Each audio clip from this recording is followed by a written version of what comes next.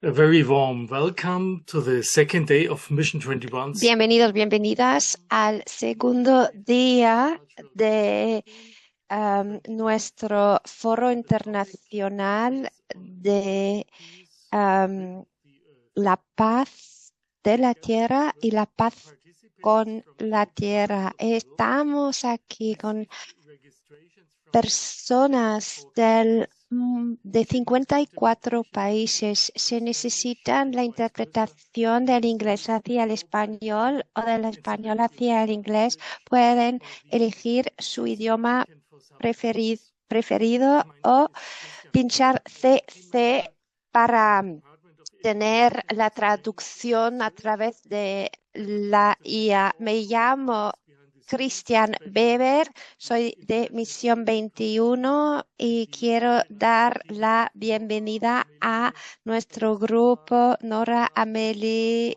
Sara, Mónica, Manuel, Chora, y nuestras intérpretes Sandra Müller y Stephanie Romar. El Foro Internacional 2025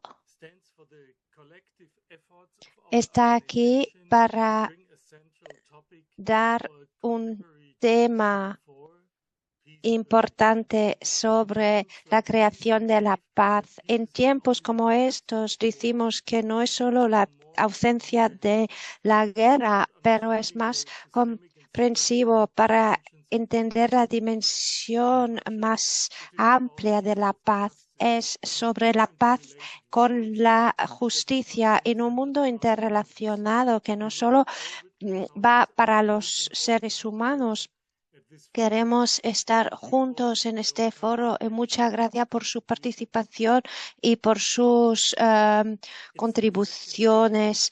Hoy es el segundo día de este foro y quiero también ver un poco de directrices prácticas.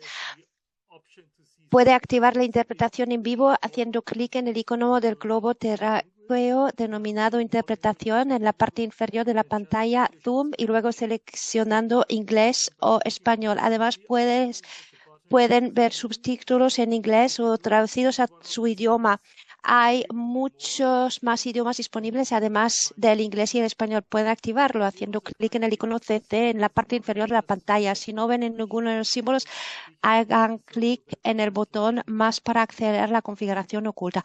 También pedimos a los ponentes y moderadores que seleccionen el idioma en el que hablarán para que la traducción funcione mejor. Este foro internacional se grabará y estará disponible en nuestro sitio web a partir del próximo martes en inglés y español.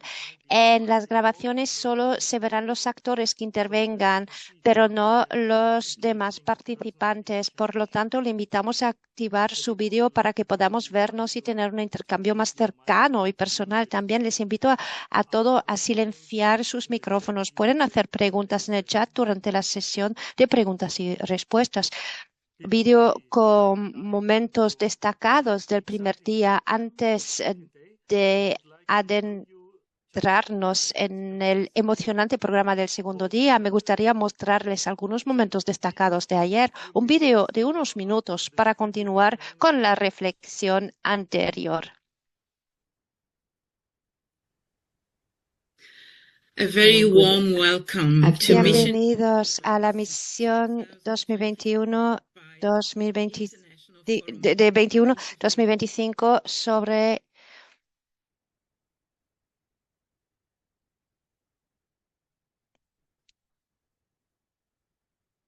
and Transcultural Peacebuilding. Peace la on earth. creación de la paz en la tierra y paz con la tierra. Nos reunimos durante 2 días rico de contribuciones y de significación con personas de todo el mundo. Social justice. We must go beyond carbon markets and techno fixes and embrace a deeper transformation, one that centers equity, Tenemos reparation. que ir más allá de la paz y de las personas excluidas.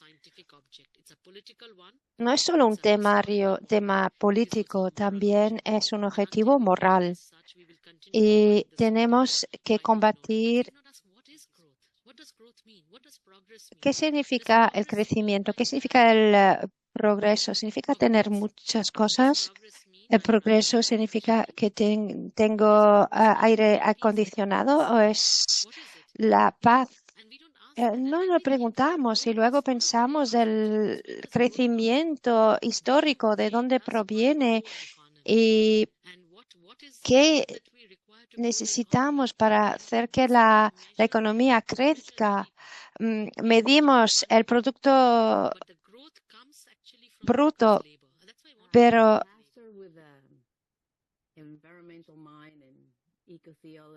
aquí vemos la ecoteología. Trabajo con gente creyentes para que se abren el corazón y la mente, para que podamos encontrar una forma de vivir en el mundo de hoy y tener relaciones más cercanas del mundo en el cual vivimos. Y mi trabajo aquí es enseñar y formar parte del certificado de la creencia. Estudiamos la justicia y la forma de entender qué vamos a hacer con nuestra creencia, cuáles son los recursos que tenemos para vivir el momento y tener el coraje y la fe. No se puede hacer nada construyendo solo la paz si no pensamos a la juventud. La juventud también forma parte del futuro y tenemos que también incluir la juventud para que también se involucran en las generaciones que vienen. Tienen también que trabajar con nosotros, forman parte del futuro de todo lo que hacemos y para crear la paz. Voy a compartir aquí, Maluco, que hay dos pilares prácticos que hemos hablado ya de SASI y Pilangangdo. El sistema SASI, tener la ecología justa y una ética que tenga las comunidades y conecta las comunidades en la utilización y usar también la distribución para las generaciones futuras. SASI tiene una disciplina para la paz y el Paladando es una parte enraizada de compartir los territorios y los recursos naturales. We realize that by the churches and persons with disabilities leading this process, governments and civil Vemos society que organizations los gobiernos basic knowledge on disability inclusion tienen también un conocimiento, during and after es decir, ensure that que integrated disability inclusion finalmente, gracias a las iglesias y las personas con discapacidad que lideraron ese proceso, los gobiernos y las OSC interesadas adquirieron conocimientos básicos sobre la inclusión de la discapacidad, pretendieron abordar sus necesidades tanto durante como después de los desastres climáticos y se aseguraron de integrar prácticas inclusivas de la discapacidad en esfuerzos más amplios contra el cambio climático en sus planes nacionales. Damas y caballeros, el papel de las mujeres y las niñas con discapacidad en la promoción es fundamental para defender sus derechos en asuntos relacionados en el cambio climático como defensoras.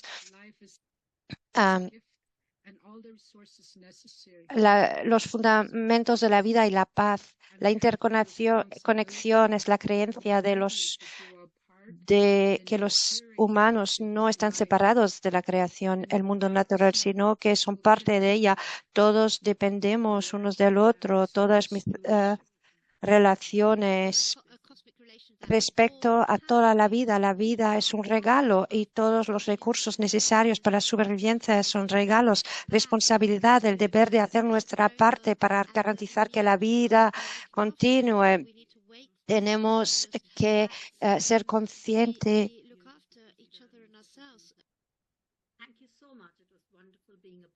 Muchas gracias. Fue genial formar parte de la comunidad, de hablar el mismo idioma de la naturaleza, derechos humanos, la paz y también un poco de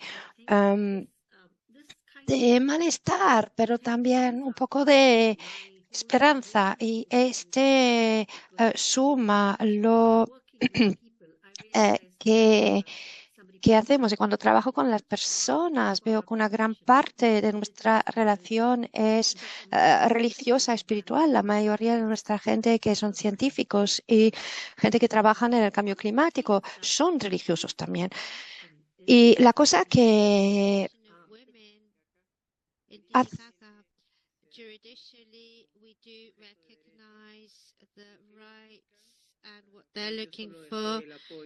and I'm helping them is what we want to have a change in civilization that converts this relation, human nature, that goes from exploitation to co-responsibility, that stops seeing nature as an object, as a thing for use, and starts being a right with intrinsic rights. The metaphor of the new lion comes from the historic la action metáfora es histórica. Uno de los más grandes eventos en tiempos de cuando el guerrero tenía que matar al león. Y matando al león es que enseña que tiene coraje. Y eso fue una tradición en la población masái. Y para transformarse a un estado diferente de la vida. Hoy en día no hace falta que matemos un león para entrar en acción, pero es muy simbólico esa forma de pensar sobre el coraje y de cómo vivimos. Por ejemplo, es lo que vimos en la selva, es enseñar que necesitamos un cambio. El león es como simbólico, un símbolo del mundo. El nuevo león. En la cultura masái, tuvimos tierra que protegía a las personas, pero hoy en día es que el paisaje, la tierra necesita ayuda. El cambio climático forma parte de la vida y de la tierra. Perdón. Entonces, unas impresiones del primer día de ayer para que vean un poco de qué hemos hablado ayer. Entonces, bienvenido Manuel también. Muchas gracias, Cristian. Y bienvenidos a todos a la sesión 3, que es la visita antropocéntrica y las nuevas ecologías. Con todo el equipo y las misiones, estoy muy feliz de dar la bienvenida a una presentación muy interesante. Primero quiero dar la bienvenida a Sam Sul, que va a hablar de las prácticas indígenas para tener nuevas perspectivas que enlace muy bien en lo que hemos hablado ayer ya de Okimowit y los recursos. También estoy muy feliz de dar la bienvenida a Ristos Benisol, que forma parte de nuestro consejo administrativo. Ristos, también muchas gracias por estar aquí hoy.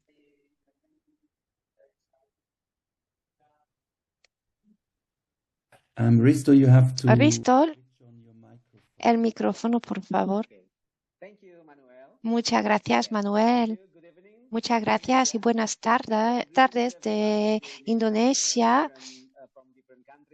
Y hola de países distintos del mundo. Yo soy de Jakarta, de Indonesia, y es un gran placer de formar parte de este consejo administrativo y de tener reflexiones juntos sobre la paz y de la tierra y con la tierra. Nuestra posición es hoy con Sam Sunari y hablar de las prácticas indígenas y dar ideas. Y vamos a hablar de nuestra fe, de nuestra misión, cómo vivir en armonía con la naturaleza que forma parte de nuestra comunidad de creencia. Hoy quiero dar la bienvenida a una persona que admiro y que respeto mucho, que se llama Samsul Marif de Indonesia, que está en el centro de las prácticas religiosas y viene de Jakarta. Jakarta está a 500 kilómetros de mí en sitios distintos de Indonesia. Y también usamos su trabajo para advocacia para las religiones de Indonesia. Dr. Samsul es director del Centro de Estudios Religiosos Interculturales de la Universidad Gadjah Mada, Indonesia. Enseña religiones indígenas centrándose en temas como la descolonización y las comunidades planetarias y el arte y la religión. Aboga por estudios religiosos, comprometiendo y ha participado en coaliciones para el activismo social en materia de libertad de religión o creencias, movimiento ambientalista y otros. Te doy la palabra, Samsul Marif. Muchas gracias para esta. Estoy muy contento de estar aquí hoy con ustedes, Manuel y Cristian. Muchas gracias por invitarme aquí hoy en ese foro. Y es un tema muy importante para la humanidad en total. Entonces, no voy a decir más, voy a compartir mi pantalla, mi presentación para empezar. Como ya ven, mi presentación está aquí. El tema es la ecología religiosa, prácticas indígenas y relaciones intersubjetivas. Y aquí quiero decir que esa perspectiva es la perspectiva que se aprende de las personas indígenas que preservan el conocimiento de los ancestros. Y ahora tenemos 20 millones de personas que están trabajando en conservar el conocimiento indígena. Y con la globalización, la industrialización que ha cambiado el clima, tenemos una crisis climática en Indonesia muy fuerte, como ya hemos hablado hoy y ayer.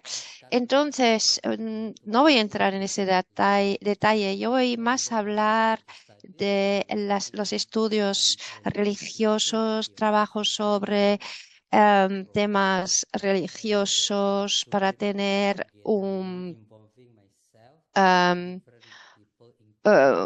un ámbito donde protejo a la gente indígena que están involucrados en un paisaje político, un paisaje medioambiental. Aquí forma parte del globo. Entonces, voy a compartir lo que las personas han hecho, el trabajo que han hecho para explicar y cómo vive la gente indígena, que está basado en el conocimiento y lo que han aprendido de los ancestros. Entonces, voy a empezar con la cosa siguiente para explicar la forma y definir quién son las personas indígenas. Entonces, las personas indígenas, bueno, en Indonesia se llama Masyarakat, la gente que se adapta, y la gente Masyarakat, y usamos y traducimos esto. Adapt es un idioma local que viene del árabe. Adapt es una costumbre y está adaptado, y la forma que la gente lo usa en Indonesia. Y es un pueblo indígena de Indonesia que se adapta indígena. Son un sistema de parentesco que incluye a los humanos, los animales, la tierra y otros seres no humanos. La tierra es la madre, y es la tierra Adat, y es el bosque, los ríos Adat, y también las casas y también las nubes. El cielo es el Padre, el río es nuestra sangre, y tenemos la tierra y el bosque, territorio del espacio de vida. Es una tradición, una forma de vida, una comida, una ropa, las casas, todo. Adat es un contrato de identidad relacional, y es los que viven con el paisaje. Todo es Adat. Y de hablar y decir que lo que las personas quieren también es, también es lo que los humanos, los animales, la tierra y otros seres quieren, es tener una buena relación para contribuir y para que la gente pueda crecer y vivir en prosperidad con la tierra, en una forma como los animales, los ríos y las casas y todo también viven en relación y en prosperidad juntos. Las personas Adat entienden su relación con la naturaleza y con todos los otros seres vivos, y por eso las personas Adat ven es una relación de identidad, y no hay personas Adat sin tradiciones y sin tierra Adat. Y Adat es que también el pueblo también es Adat. Es que si la tierra está destruida, significa que también las personas y la relación entre las personas está destruida. Y esa relación es la identidad, ese término que incluye esto, es un sistema. No solo son los seres humanos, pero también todos los otros que están en este sistema, un sistema de relaciones y para la identidad. Una vez que miramos esto, este concepto de nombrar quién son estas personas en relación con otras, ahí entiendo mejor la ecología, la forma que se entienden ellos mismos, la forma como viven su vida en relación. Y yo lo llamo indígena porque esta adaptación es como el nombre, lo que hacen, las tradiciones, la forma de vivir, de la forma de relacionarse y de hacer las cosas. Y para entender esta forma de actuar y de convivir, la ecología indígena solo significa que es una relación intersubjetiva con las personas, como la tierra, los animales, todos los seres vivos. Y esta relación entre todas las cosas, el sujeto, los humanos y sujeto de otras formas de vida que no son humanos, pero que tienen la misma importancia. Así que esa noción de intersujeto, esa relación entre sujetos, sujeto y sujeto, porque en su conocimiento, en su punto de vista, tienen identidades. Y esto consiste en los 4 elementos de la tierra, es decir, el aire, el fuego, el agua y la tierra, y todos están interrelacionados y todos tienen una vida, son sujetos y tienen una relación interconectada. Estos elementos de la naturaleza están interconectados. Se ve en los seres humanos, en los animales, en las plantas, en la tierra, en todo, cómo los humanos y los no humanos interactúan y comparten los mismos orígenes de la naturaleza. Así que si ahora esta noción trabaja juntos y vemos cómo vemos la vida, empezamos a pensar, a preguntarnos quién soy. Y entonces, una vez que me pregunto lo que tengo yo en mí mismo, son estos elementos de la naturaleza. Yo soy también una combinación de estas cosas. Entonces, una vez que veo quién soy yo veo también los otros.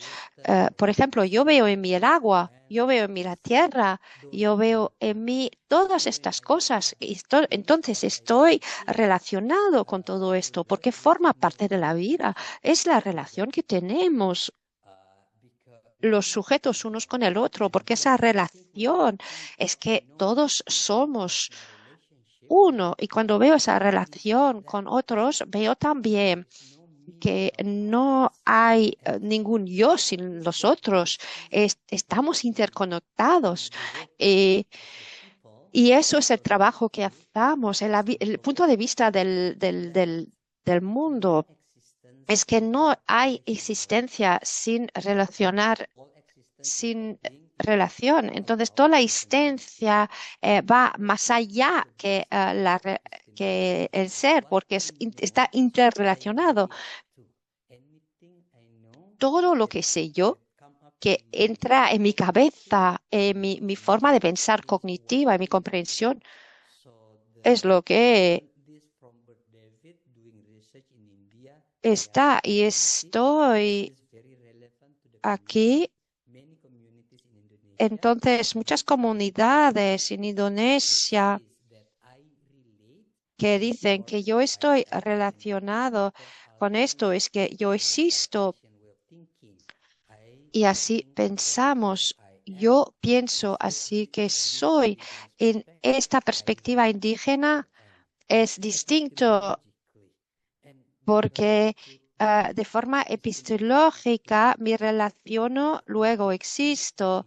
Y eso es la diferencia, es de la ontología al de la existencia, la relacionalidad. No hay existencia sin relación.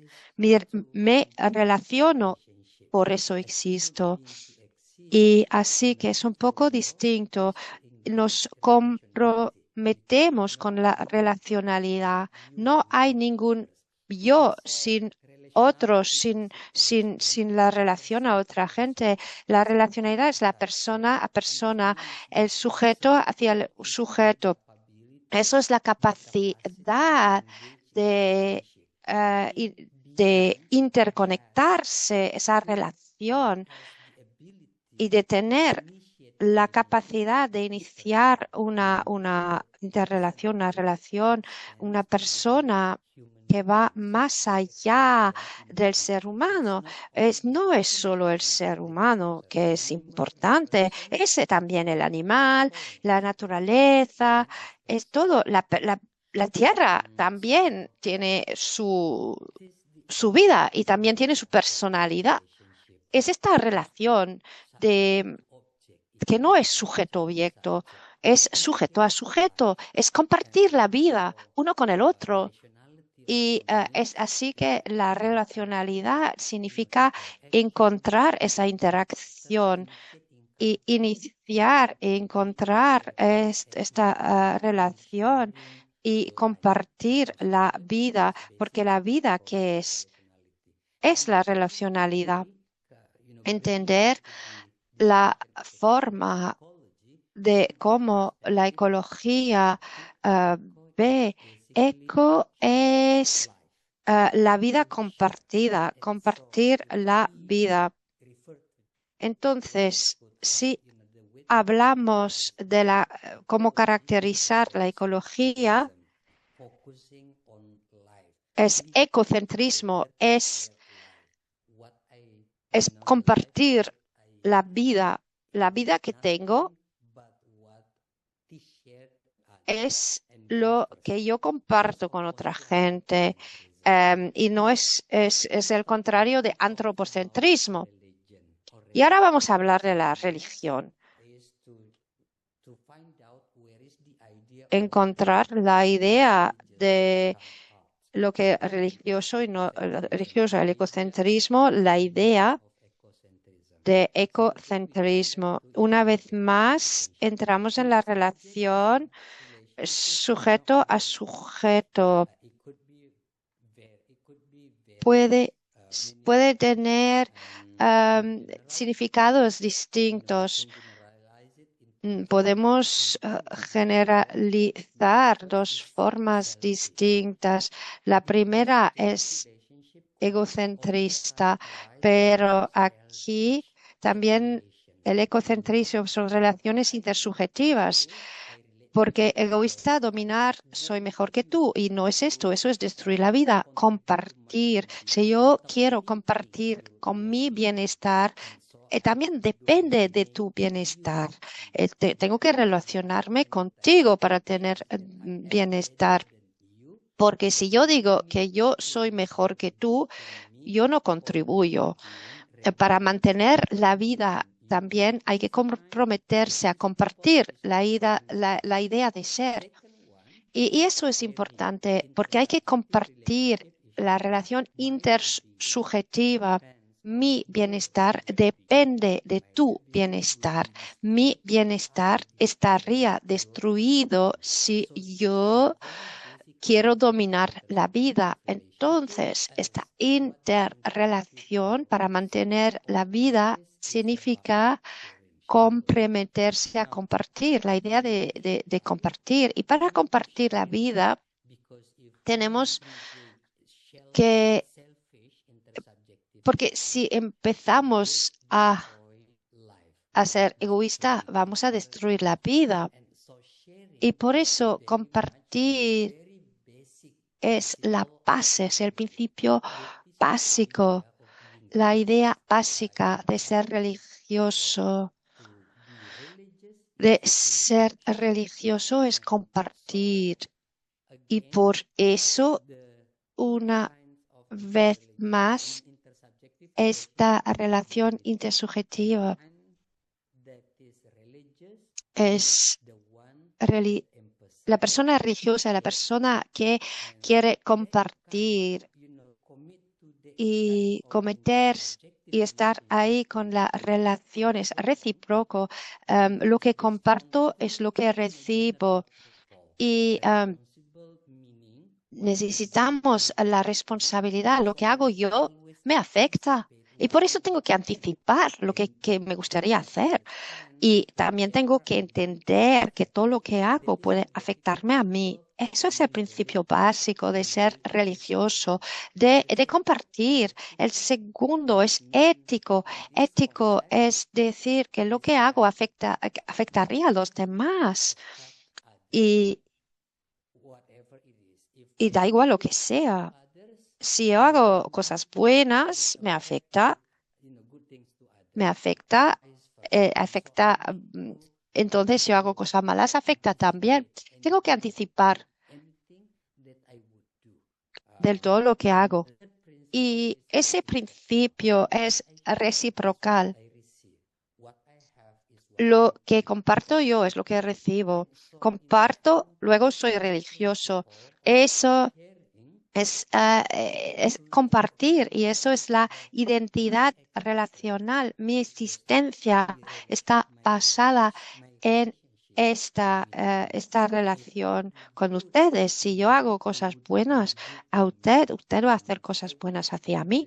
Y esto, lo bueno, lo que hago yo, me los devuelven y así estamos mejor, tenemos una vida mejor y hay otras perspectivas claramente que yo comparto y por eso soy religioso.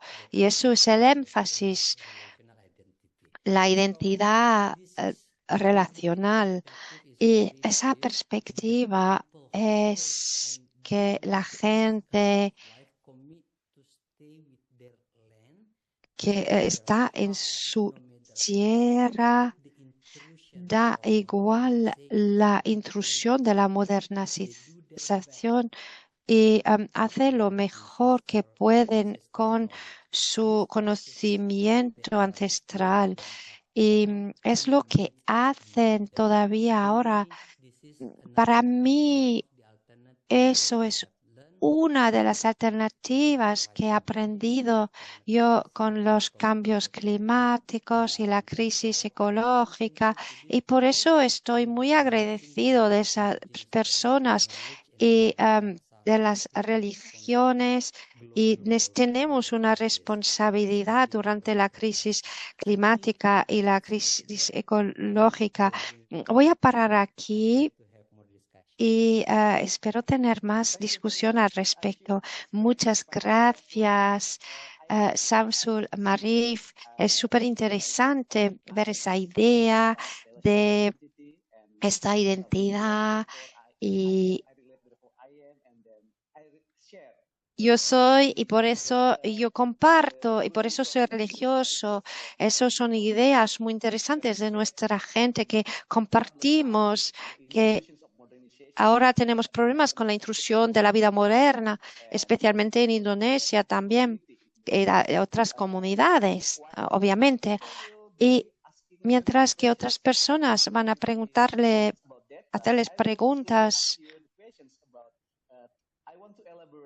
yo quiero elaborar cómo las ideas y las opiniones de la religiosidad pueden estar adaptadas para nosotras, que podemos adaptar esas ideas, ese conocimiento. Volvemos al conocimiento ancestral, a la sabiduría ancestral, especialmente en sitios como Indonesia y otros países como Asia, África y Latinoamérica, y a ver la industrialización, cómo podemos adaptar estas ideas, esos conceptos de la gente indígena y lo que has elaborado. Muchas gracias. A ver las preguntas que vamos a obtener. Muchas gracias. Sí. Una pregunta muy dura, ¿cómo lo podemos incluir en el mundo moderno? Claro, forma parte de las grandes preguntas. Entender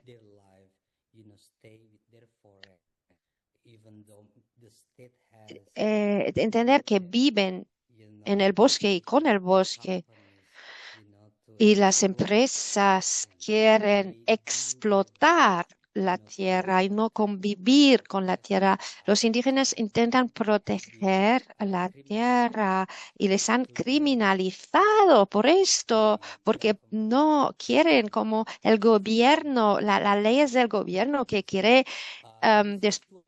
explotar la tierra. Y yo creo que esta gente que reservan su conocimiento, lo necesitamos.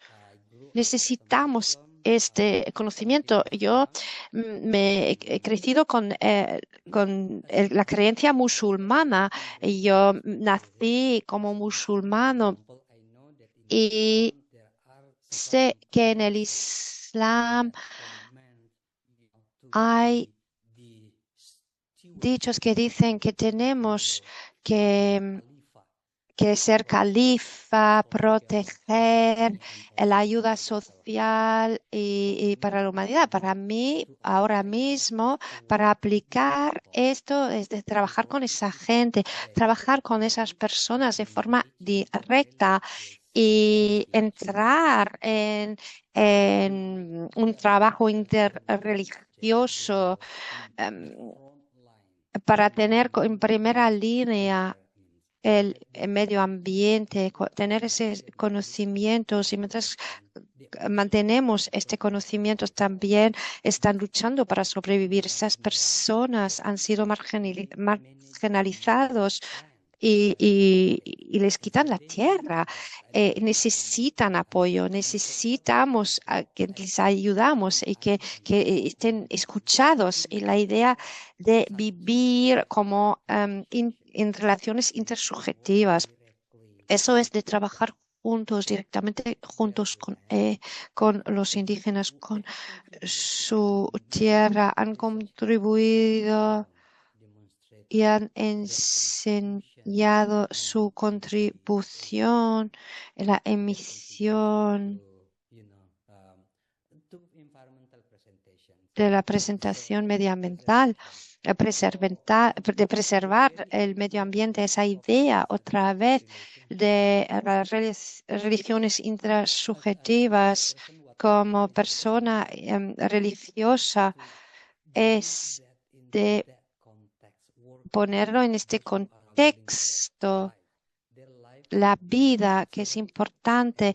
Estamos destruyendo su vida y para mí es como hay que adoptar esta forma de pensar y de vivir directamente para salvarnos a todos. Espero que eso responde un poco a tu pregunta. Sí, muchas gracias. Y sí, muchas gracias. Muy interesante. Voy a seguir con Manuel.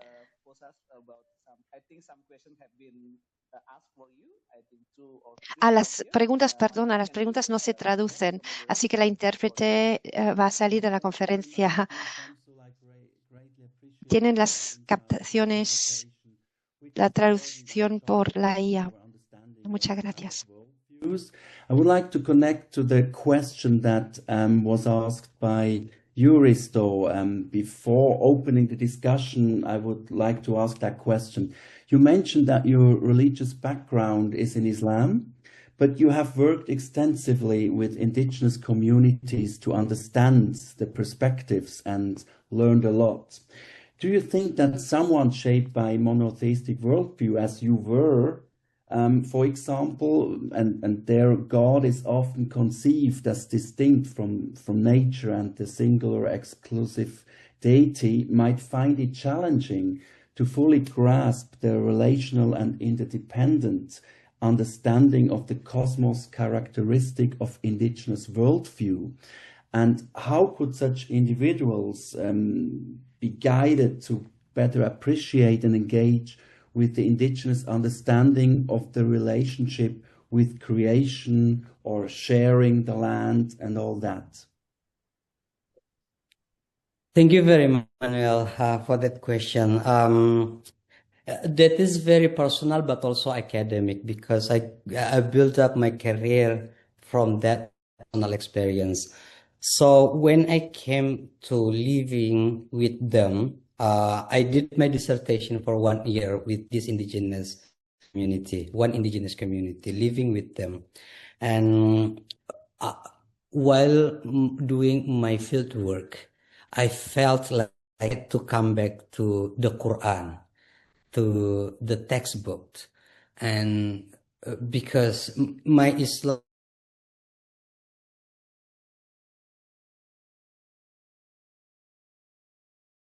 Islamic background is still mine. I practice it, so I went back to the Quran and I found what I found, I wrote it in one article, being Muslim in animistic ways. I studied, the history of religion, the history of Islam, monotheism. As you asked about monotheism, monotheism is the way I usually categorize it as a modernized concept to explain the very basic concept of Islam is monotheism. And so for me, looking back again, those verses, I would reinterpret monotheism as, unity of being. Unity of being. Monotheism meaning God is manifesting to all being. Because that is what I learned so there is, so let me make it clear like this. What I refer to the Quran. In the Quran, there are many verses that says that those that are in the earth and in the sky and in between, which means all things, everything, sanctify, worship God. And so they are all Muslim, only human, because the definition of Islam or Muslim is the one that worship God, simply speaking, surrendering to God. And they are all surrendering to God, meaning they are all Muslims. They are all person, they are all subject, and they are all initiating intersubjective relationship, not only to human but also among others. And there is a verse also that I usually translate it like before, anthropocentrically. There is a verse that says that God conquer all beings, all creatures for human being. To me, that verse, after encountering these indigenous people, so I'm using indigenous perspective in reinterpreting the Quran to understand that verse basically mean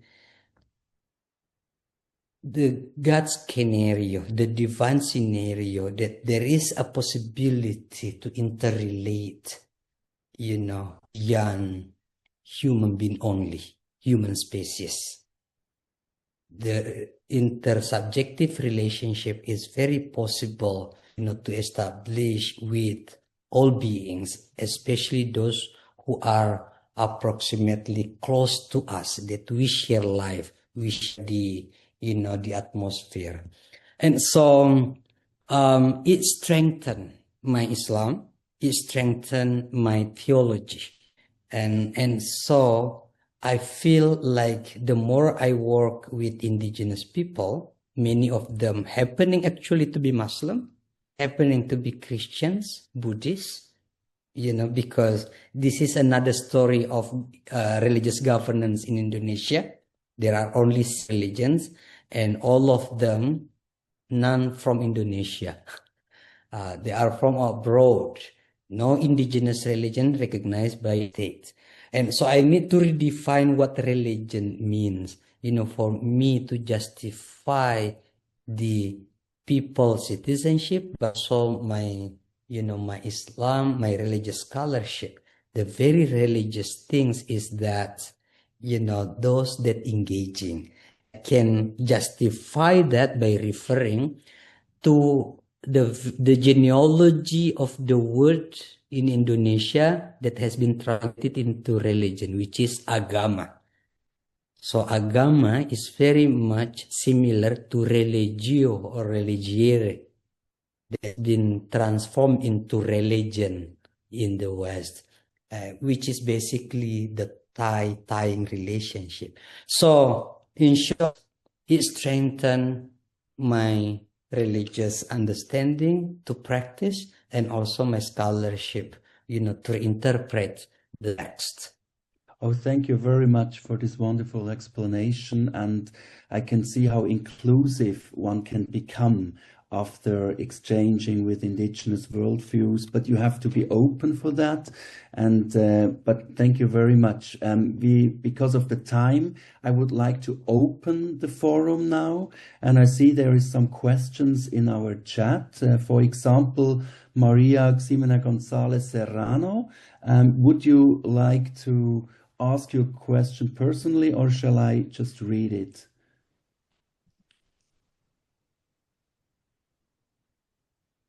Okay, I can't hear anything, so I will read the question. In what extension the indigenous cosmologies have influenced environmental or human rights law in Indonesia?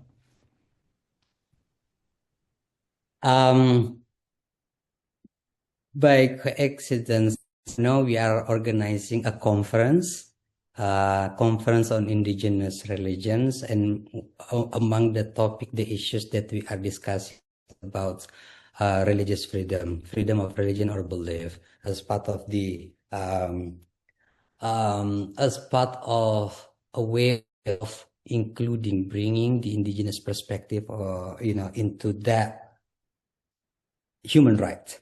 And so one way we feel this, I think, engaging indigenous religion through our advocacy, like what Risdo is doing in a True Taro, involving indigenous people in their interreligious dialogue.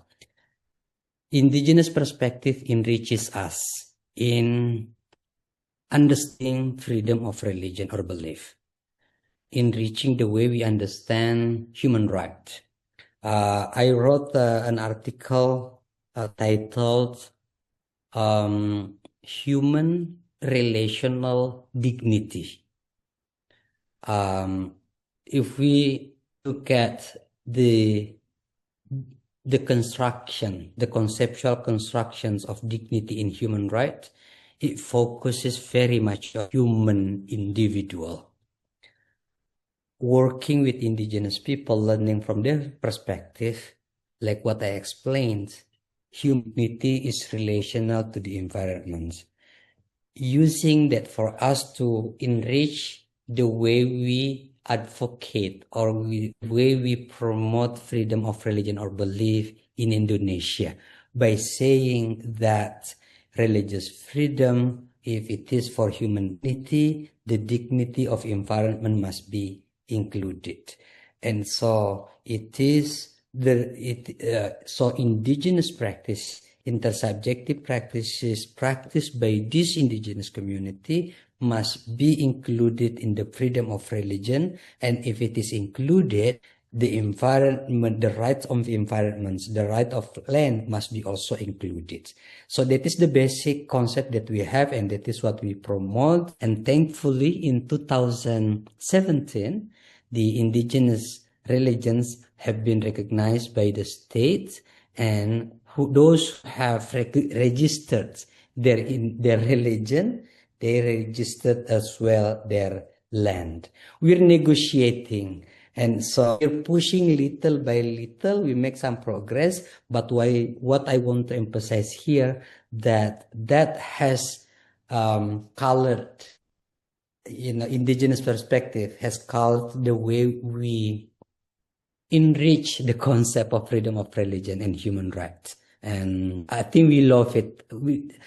We enjoy this conference, the conference that facilitate intersectoral collaborations that bring not only academics, but also NGO activists, civil society organization activists, and also communities, and also government officials. So we come together here, and they love the idea because we discuss religion as well as the environment. Our title is Ecocracy for this year conference. Okay, thank you. So we have more questions to go. Elizabeth Mestilla, would you ask your question personally? Okay. Good evening, everyone. Greetings from Jakarta, Indonesia. Good evening, Professor.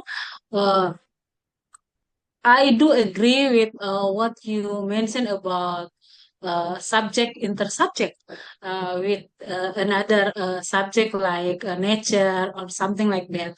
But we know that previous generation already exploited all natural resources out of greed and leaving nothing for our future generation. So according to your experience as a lecturer at the Gajah Mada University, central city of Yogyakarta, and you met many younger people there, and then how you teach them to aware about sharing life with another subject like nature if they have nothing anymore because of the greedy of our old generation before generation before us. Because you meet the many young people in the central of the city, and then they use the IT gadget, and then they didn't live in the rural area. So what is your method, and what do you do something to them, and then maybe your experience is inspire us to do that. Because I really understand. I work with the indigenous people too, and then I can imagine how difficult if we have to share something like this to young people and stay in the center of the city. Yeah. Thank you. Oh, sorry. Yep. Should I go, Emmanuel? Okay. As a matter of fact, that is the very big challenge, the current challenges of all indigenous people in Indonesia. So it is them basically facing right now. Many their youths, are not sure because their very basic issues is that they don't have many choices. They are forced to live, even including also destroying their environments. There are many cases, showing that fact. And so, yes, I understand it is very hard. Now, what I am doing here, we are teaching here we are in religious studies, teaching religion. And what I include is indigenous religion in developing the curriculum of religious studies. Here in our place, we include indigenous religion. To include indigenous religion, the term that we are using, decolonizing religion. Religion is a colonial category. If we see the way religion has been studied from 19th century up to today, the dominant paradigm that has been used is called in religious studies world religion paradigm. That paradigm emphasizes, theological, scriptural, textual. And what we can say, many scholars have said this, what we can say with that paradigm is that in the West, Christianity is always the prototype. In Indonesia, Islam is always the prototype. And what we can include in studying religion, those that could resemble the characteristic of Christianity in the West, resemble the characteristic of Islam in Indonesia. We decolonize if we continue, studying religion that way. So we decolonize that, provide another paradigm, indigenous religion paradigm, emphasizing intersubjective relationality. So we engage our students. Our current issues like right now, it's so frustrating right now here in Indonesia, because if we see the policy for the economic development, the exploitation of nature as the nature, to exploit as much as possible the natural resources. And those natural resources are, basically preserved by not only indigenous people, but local communities. What we have working on this, our research shows that in any place where developments, that the extractive development that the government is doing, displaces people. That's the issue. So we are facing not the real, like the previous, but today we are facing the policy right now. And so to deal with the students is to, it's many steps to decolonize thinking, to decolonize the subject, to open that and find many ways, even the way we interrelate. If you are Muslim, you would see other non-Muslim as, inferior. If you are Christian, you would see non-Christian as inferior. That is a colonial. If I say colonial, it doesn't mean the Philippines. Today, colonialism is a perspective that see the structure as hierarchical. Colonizing is to structure the hierarchical. I am the better than others. So it's happening everywhere, even in our own life. And so what to do is, for me, what I can say shortly, due to the time, is to decolonize. Working with the students in discussion to decolonize. Unlearning many things in religion, even Islam, even Christianity, to bring the basic message, into context that people can learn, not the structured already, the modernized already. There are many things, but that is what I share. I think, Rizdo, we have shared that, we have discussed. The project of decolonization is to bring religion like Islam and Christianity. Other religions should play, roles in it. They all need to decolonize. Okay, we are a bit running out of time.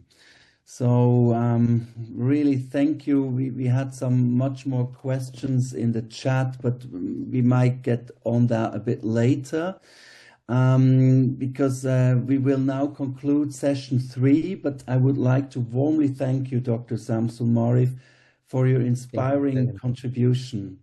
Thank you also to Risto from the steering committee, who introduced the presentation, and to the entire International Forum team for their technical support and the organization. I would especially like to thank you, all of you, the participants, for your engaged and thoughtful contributions to the discussion. Really appreciated it.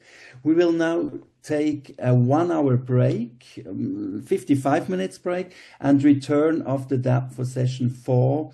And I'm looking forward to seeing you again here.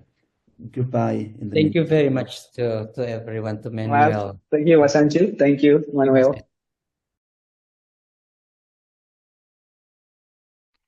Welcome back, everyone, to the International Forum on Interreligious and Transcultural Peacebuilding 2025. I hope you have enjoyed our previous sessions yesterday and the first one today with Professor Samsul Marif about an hour ago. My name is Nora Dietam. I'm part of the Mission 21 team and speaking from Switzerland. And together with my co-moderator of today, David Castillo, it's my great pleasure to guide you through the first part of this final session on the topic of discovering peace through the lenses of nature's agency and rights.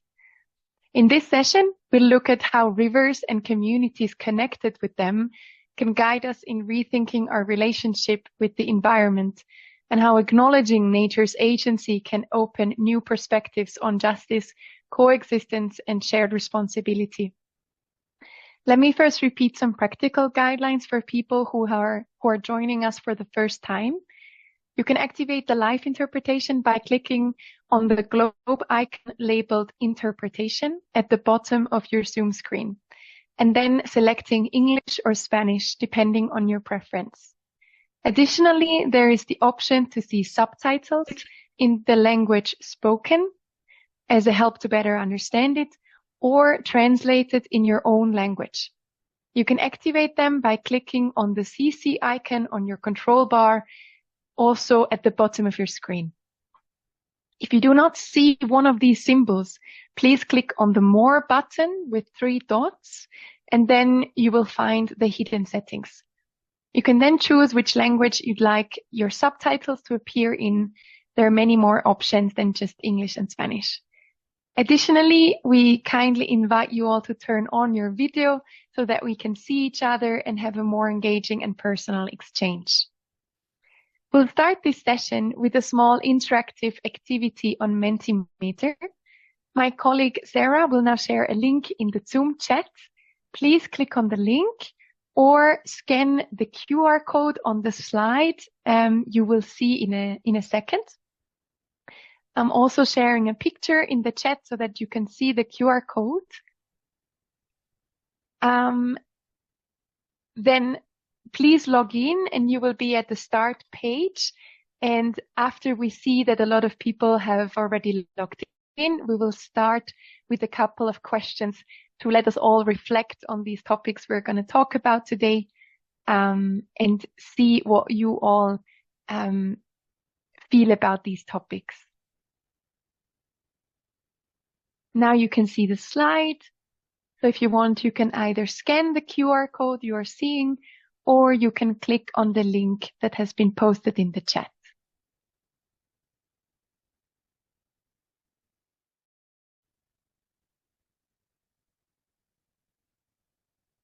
There are already 20 people who've joined us on Mentimeter. Yes, wonderful. If you are joining us, you can click on the thumbs up button so that we see your reactions and we see that we're all there together. Thank you so much for joining.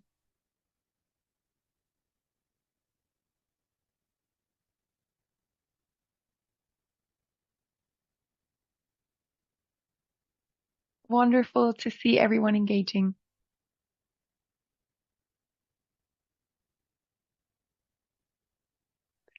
So Christian will guide us through the questions, so you can just focus on your own screen and wait until you see the first question.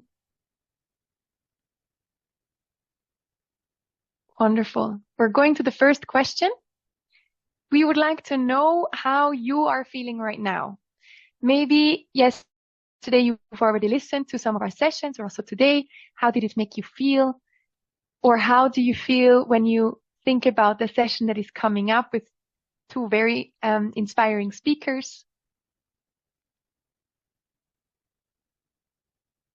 It's wonderful to see that many of you feel inspired. I have to say that I can join that feeling. Many people are grateful for the exchange we're having. Beautiful. My guess would be that the people who are a bit tired but happy could be my colleagues after 2 intense days, or maybe also my co-moderator who had to be at the office at 6:30 in Costa Rica time to make this all happen. So big thank you, David. Wonderful.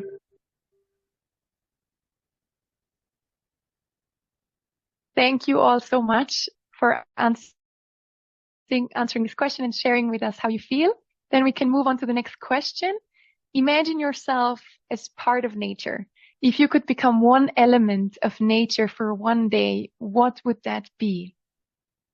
Is there maybe a specific animal that you feel connected to, or a plant, or we have water? Wow, beautiful. Butterfly, sun. It could also be something like the wind. Beautiful. We have multiple people who would be water for one day. A river spirit.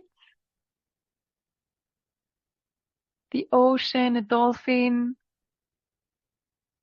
a bird, mountain, plant, a tree, palm tree.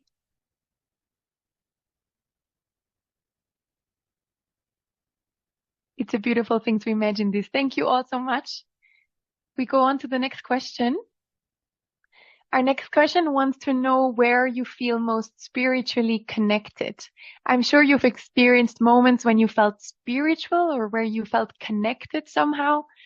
Where was this the case? Is it a special place, a building, maybe somewhere in your home, in nature, really anything else? We can see in the mountains. Then I chose the right picture. At the sea, in nature generally. Many people are writing mountains, actually. We have church. Also many people in the forest, clouds.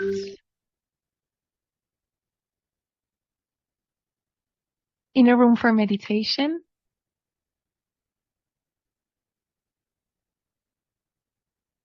Beautiful, so many different ways of feeling connected. Looking in the sky.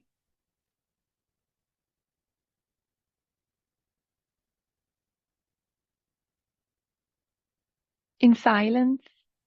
Thank you so much for sharing. Our next question, how do you connect with nature when maybe you have a busy day or you feel a bit stressed and you want to connect with nature? How do you do that? Where do you go? What do you do? Maybe it's through a walk in the forest or being on waters or simply breathing in fresh air, or I'm sure that there are many more ideas coming up here.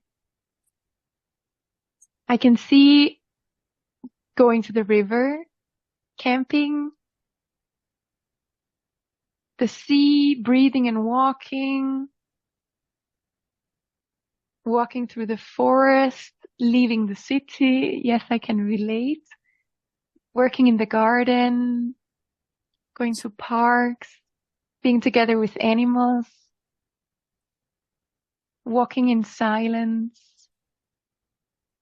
walking and feeling the chilling, gentle breeze and river flowing. Beautiful. Many commonalities. Thank you all. Then finally, our last question. We're curious to know what small actions do you take to contribute to peace with the earth? You can also take a moment to reflect on it. It's not such a simple question, I think.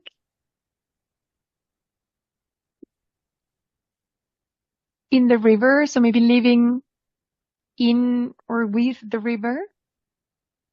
Pray. Composting. Eat less meat.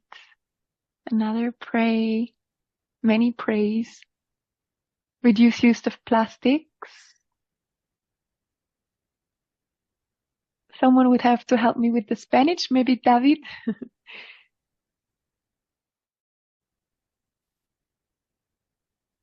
Conscious consumption of water and reducing waste.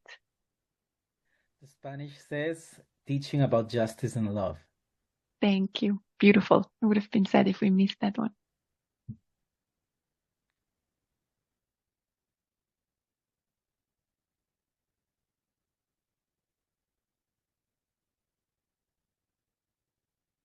Oh, we have many more.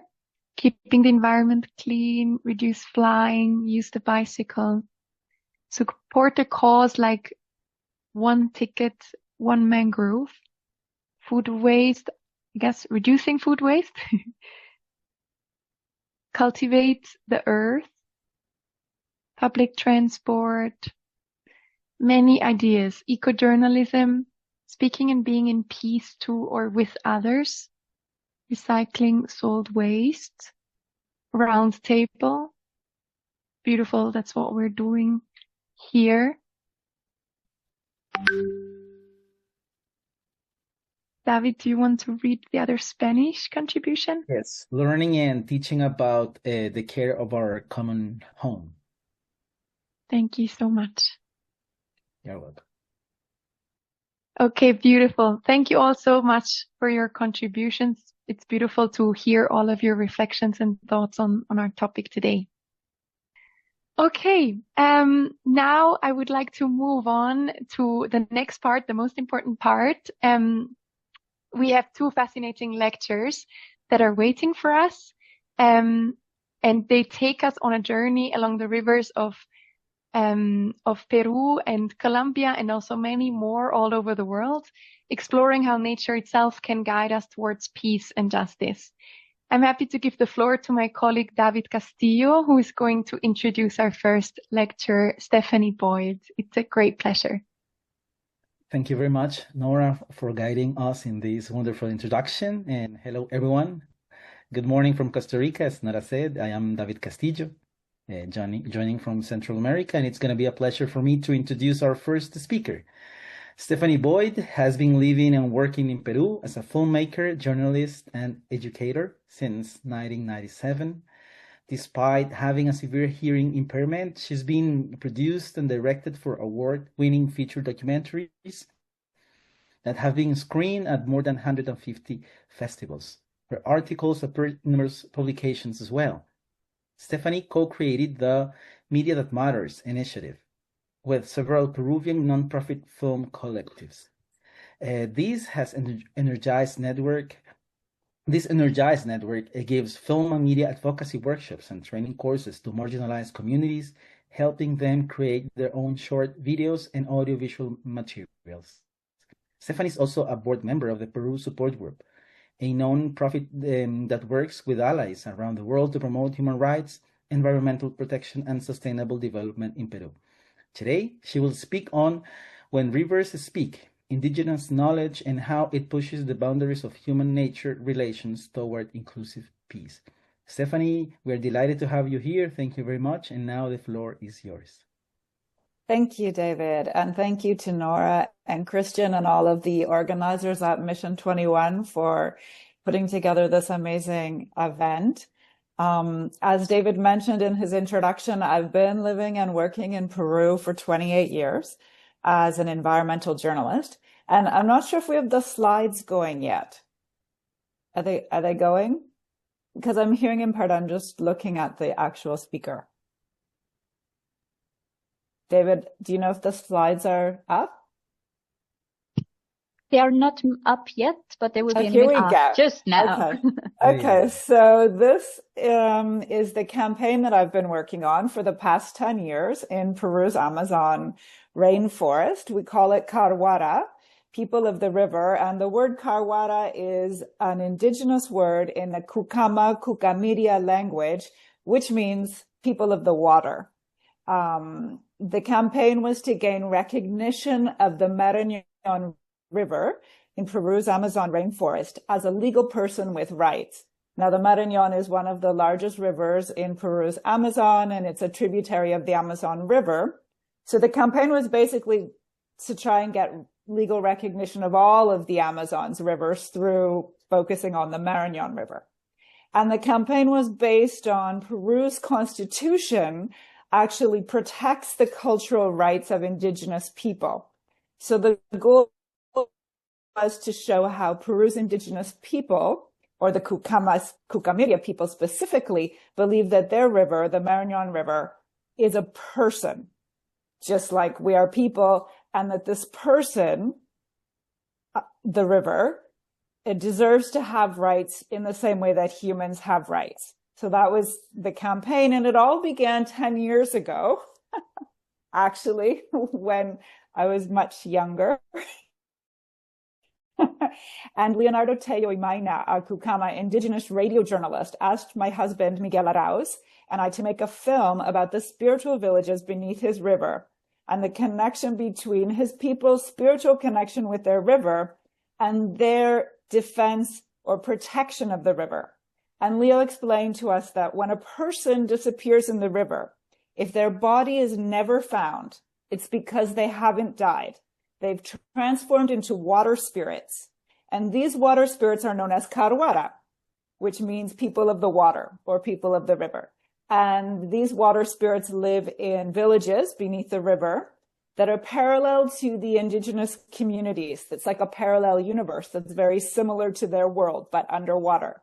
And they visit their human relatives in dreams to console them, to tell them about their lives, to say, don't worry, I haven't died. I'm still living under the river, and it can give them advice, and also they can cure them through connections with human indigenous shaman and the river spirits. They also serve as protectors and guardians of the river spirits. They tell humans where to fish, when to fish, how much to fish, and they send them warnings when they're not taking care of the environment, like erosion, scraping down the river banks. We call that erosion for the Kukama people. That's the river spirits are angry and they come out with their claws and they pull down the river banks. So my husband Miguel is from the Andes. He's Peruvian, and I've been working in Peru for 28 years on environmental issues. So we were fascinated by what Leonardo told us because we'd never heard about river spirits to this level of there being an actual parallel universe. So we agreed to make the film with Leo on one condition. Oh, I'm sorry. I'm missing a lot of slides. So let's go to slide 2. I start talking and I forget. Let's move on to slide number 2. So this shows the women that we worked with on the legal campaign, on the lawsuit that they ended up filing to have their river recognized as a legal person. And this is an article from La República newspaper in Peru. It's one of the mainstream largest newspapers. And this article came out when they were working on their campaign and they'd filed the lawsuit. We'll go on to the next slide, which is, this is a painting done by an indigenous painter of the spirit universe beneath the river. And he worked with us on the campaign and he worked with us on the film, as you'll see later. And then we'll go on to the next slide. And this, we need to press play because it's a short video that will show you the spirit village beneath the river. And if there's a possibility to have the sound, there's sound as well.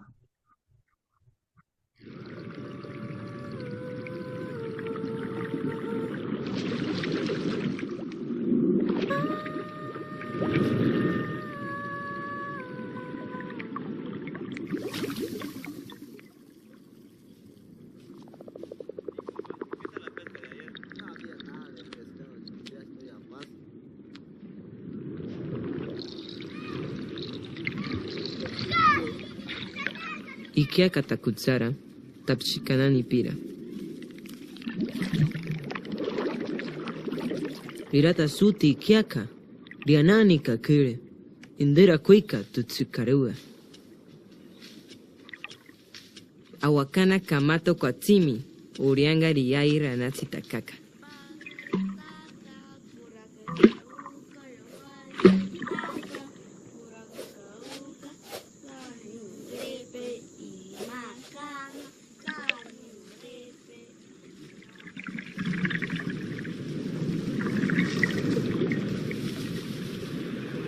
Ruka purawa, uriruka paranamama.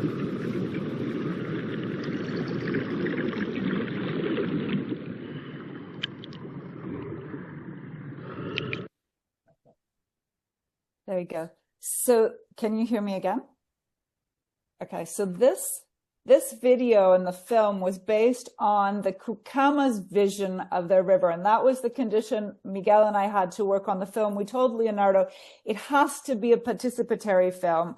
And so he came on board as co-producer. The protagonist of the film, Mary Luz Kanakiri, who is leader of an Indigenous Women's Federation, she's the protagonist of the film, but she's also a co-producer. So we worked on the film with them from the beginning, 10 years ago, until we finished last year. And they were involved in every phase of the project, from the script writing right to the very end, and now for the distribution. And we also worked with Indigenous painters.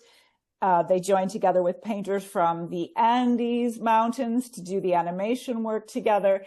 And if we go on to the next slide, we started off by going into villages with Mary Luz and doing, this is our team working on the film, some of our team members. And then if we go on to the next slide, we move into how we started the project. We did a book. It was Leonardo's dream to have a book of ancestral stories illustrated by children. So we went into 7 or 8 different villages. We can move on to the next slide. We can now kind of go from slide 7 to 13 while I'm talking. So these were the workshops we held with children. They painted and drew the stories, and their elders would narrate the stories at the beginning of every workshop, and then the children would do paintings and drawings. And we can go on to the next slide. We ended up with over 500 paintings, a lot of fish and turtles as well. And the next slide. And so we put them together into this book, and they also served as the research for the film. And some of the animations in the film, actually, there's a whirlpool of fish. We'll keep going. A whirlpool of fish and turtles and river spirits. And every one of those objects in the whirlpool was painted by children in the workshops. And at the beginning and ending of the film, you first go into the river by following the whirlpool. And at the end of the film, there's an animation where you come back out of the river. Here's the whirlpool. So you go into the river through the whirlpool. And that's actually how humans can enter the spiritual universe, through the whirlpools that are in the river.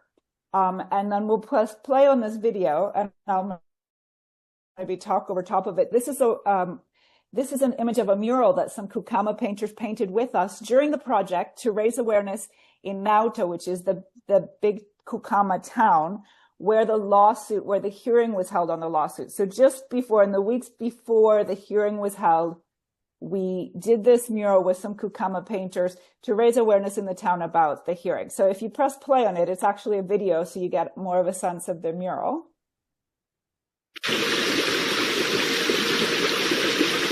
It was done for the internet, so it's not very high quality. But these were the 4 painters who did the mural. See, they have their t-shirts with the whirlpool of fish.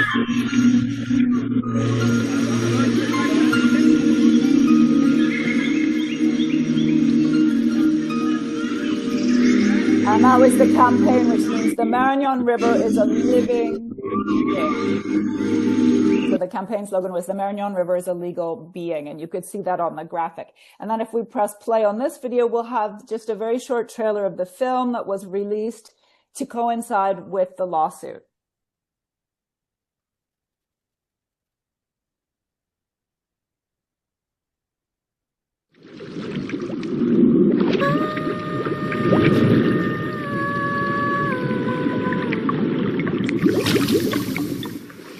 El río me llama.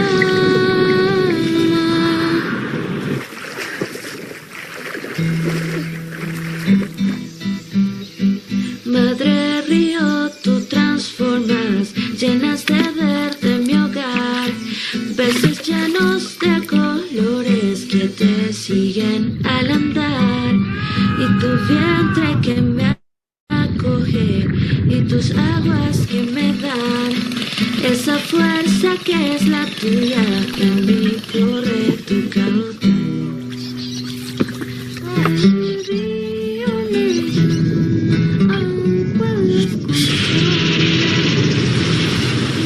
sueños están en los campos de mi madre.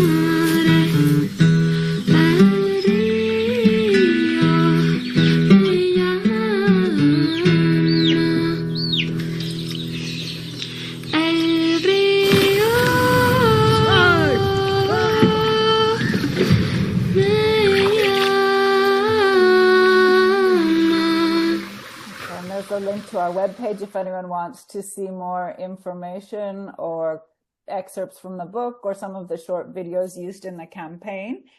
Maybe we could put it up in the chat after. So we'll move on to the next slide.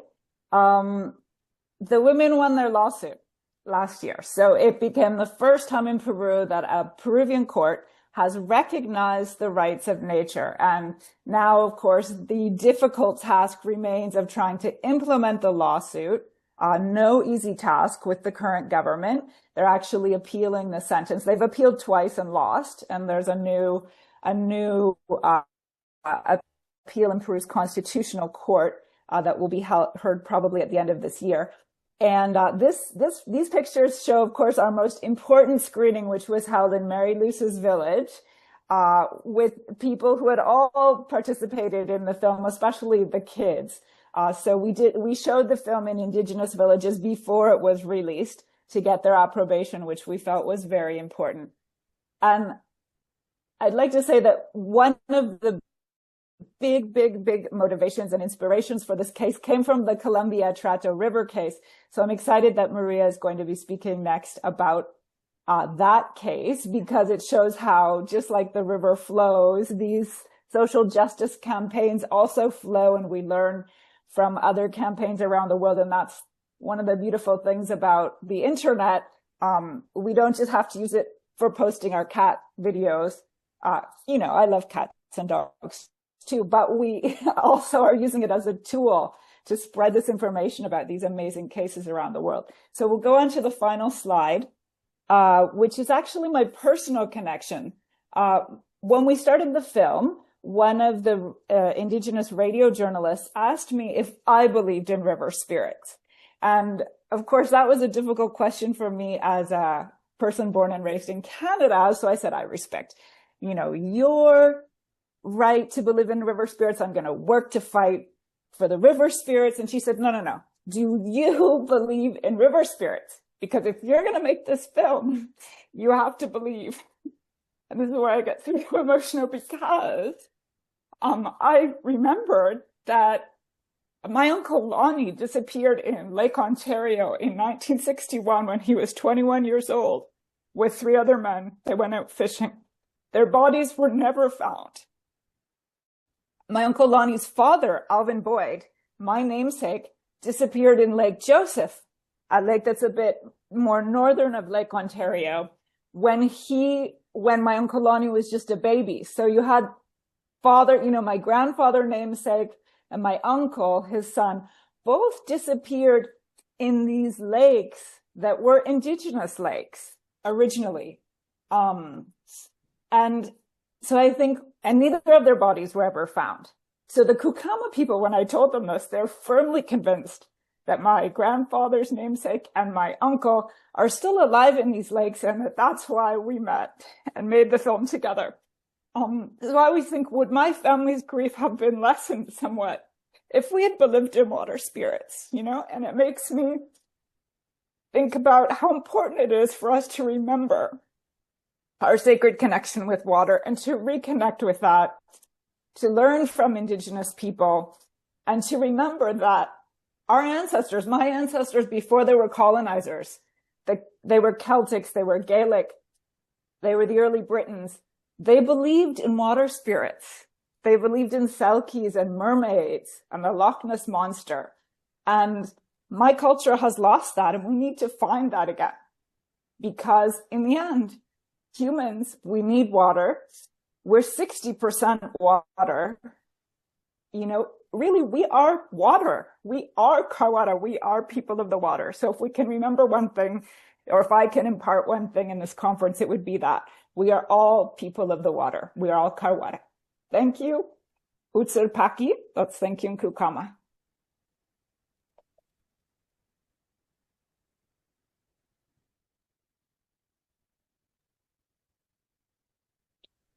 Wow, Stephanie, you also made me a little bit emotional. Thank you so much for this beautiful presentation that you've shared with us. It's unbelievable how much work is behind these 15 minutes of talking. So we really appreciate that. Thank you so much. Because we have a second beautiful and very important speech lining up, we wanted to quickly have a break for our minds in between. However, we don't have a lot of time. So Christian, I just ask you to quickly show the first couple of slides of our interlude we have prepared for all of you. We wanted to show you some pictures from an exhibition, More Than Human, featured the More Than Human Rights mural by Elena Landines. She's a Colombian artist displayed at the Design Museum in London. I also ask my colleagues to share the link in the chat so that you can all look at it maybe later on. Maybe you can just go to the next slide, Christian. Exactly, it's such a beautiful mural where you find a lot of wisdom incorporated in it. a lot of important messages to the people who have time to visit. So please check out the link. And maybe we can show 2 more slides, and then we can go back to the next presentation.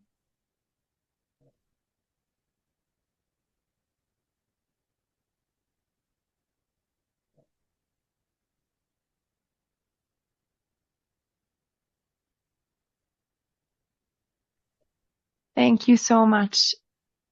Now I'm happy to give back the floor to David. Thank you, Nora, and thank you again, Stephanie, for this wonderful work that you've been doing in Peru. Our next speaker that I'm pleased to introduce is Dr. Maria Jimena González Serrano. She's a Colombian lawyer, activist, and social legal researcher.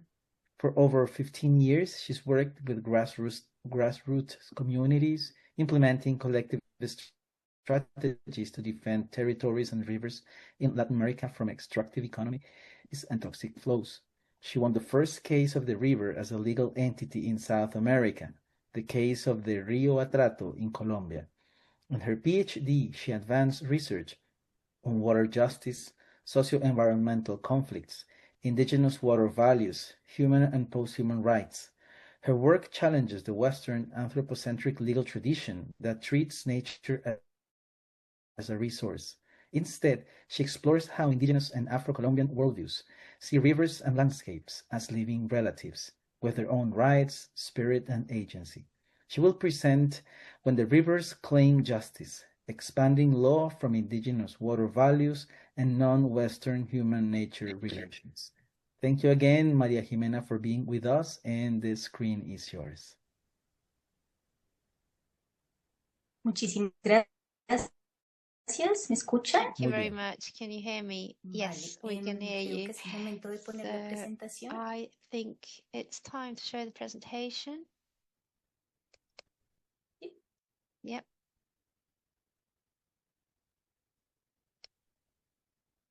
Todavía no. Bueno, mientras llega la presentación, quiero agradecer So while I'm showing the organization, I'd like to thank everybody for the participation, to be here today in this learning space, and hope that we can grow together and have various perspectives. I prepared a little speech that I'd like to tell you, like a little story. So I'm going to start telling you and show you a few pictures to accompany what I'm going to tell you about. So let's get the next slide, please. Siguiente. Next. Los ríos y otros cuerpos The de agua rivers son and conectores de other ecosistemas, pueblos y lenguajes. waters are Son espacios de vida en interconnected. movimiento, They are en donde múltiples seres y spaces especies where interactúan, many beings en donde la energía se interact and transforma. where the energy Los ríos son transforms corrientes que han dado forma a itself. los asentamientos humanos. En Rivers sus orillas, are comunidades, here in ciudades, on the puertos, riverbanks, zonas de community city cultivo y de ports, sostenimiento cultivation ambiental area, and se han food establecido supply históricamente. areas have historically been Siguiente diapositiva, por established. favor. Para ciertos pueblos For y certain comunidades ribereñas en riverside distintas people and communities geografías, in different los ríos son geographies, además rivers are parte also fundamental de sus a fundamental relatos sobre part el of their origen de la stories vida y about del the mundo. origin of Por life ejemplo, and para the ciertas world. For example, for comunidades certain en communities América in Latina y en el mundo, como Latin hemos America aprendido and este in the world, los ríos son considerados rivers como are entidades sagradas, considered as como sacred ancestros, entities, como ancestors, espíritus, e incluso como spirits, and even existencias living vivas que se beings that relacionan actively activamente relate con to las human and comunidades non-human humanas y no communities, humanas, tejiendo distintos weaving tipos de different prácticas de types of cuidado y practices and relaciones de convivencia. relationships of Siguiente. coexistence. Pero a su But at vez, the same los time, ríos rivers también have han also sido been a key clave en el element avance in del the proceso de advancement of colonización, colonization, industrialización industrialization, y de and expansión the de economías expansion of extractivas y globalizadas. and globalized economies. From there, the concept of water extractivism has been developed to analyze the way in which rivers have been treated as platforms that facilitate transportation, exchange, and connection between different extractive regimes and productive activities of capital accumulation. This is why water, rivers, and other bodies of water have been conceptualized in modern and Western law as natural resources that can be ordered and domesticated and as an object of exploitation, use, and appropriation by the human societies. This type of relationship between humans and nature based on hierarchy and domination has been protected by public and private, and this has had terrible effects, especially, for example, the crisis, the massive extinction of biodiversity, the water crisis, and of course the climate crisis, differentially affecting vulnerable, impoverished, and racialized populations. In this context, riparian communities, indigenous people, and social movements in different parts of the world have undertaken long-term processes in defense of their dispossessed territories and their poisoned bodies of water.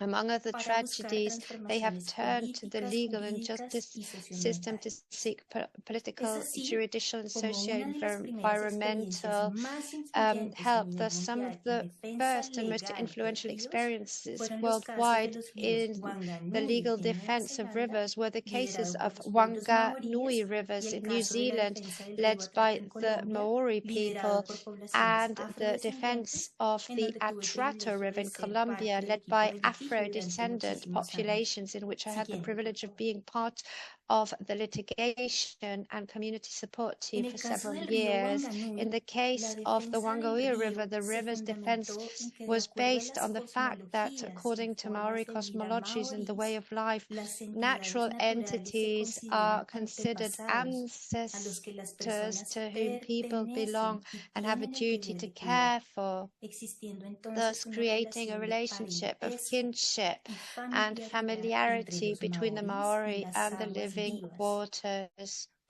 Therefore, in the law, it's called Te Awa Tupua law, recognized the river and its tributaries as an indivisible living whole, extending from the mountains to the sea, incorporating all the physical and metaphysical elements. Specifically, it is said that the river has Maori. Maori means life force, mana, authority, and hapu, sacredness, and is also inhabited by non-human beings considered ancestors, Tupuna Awa. In the case of the River Atrato in Colombia, that's close to my heart, the river is in itself a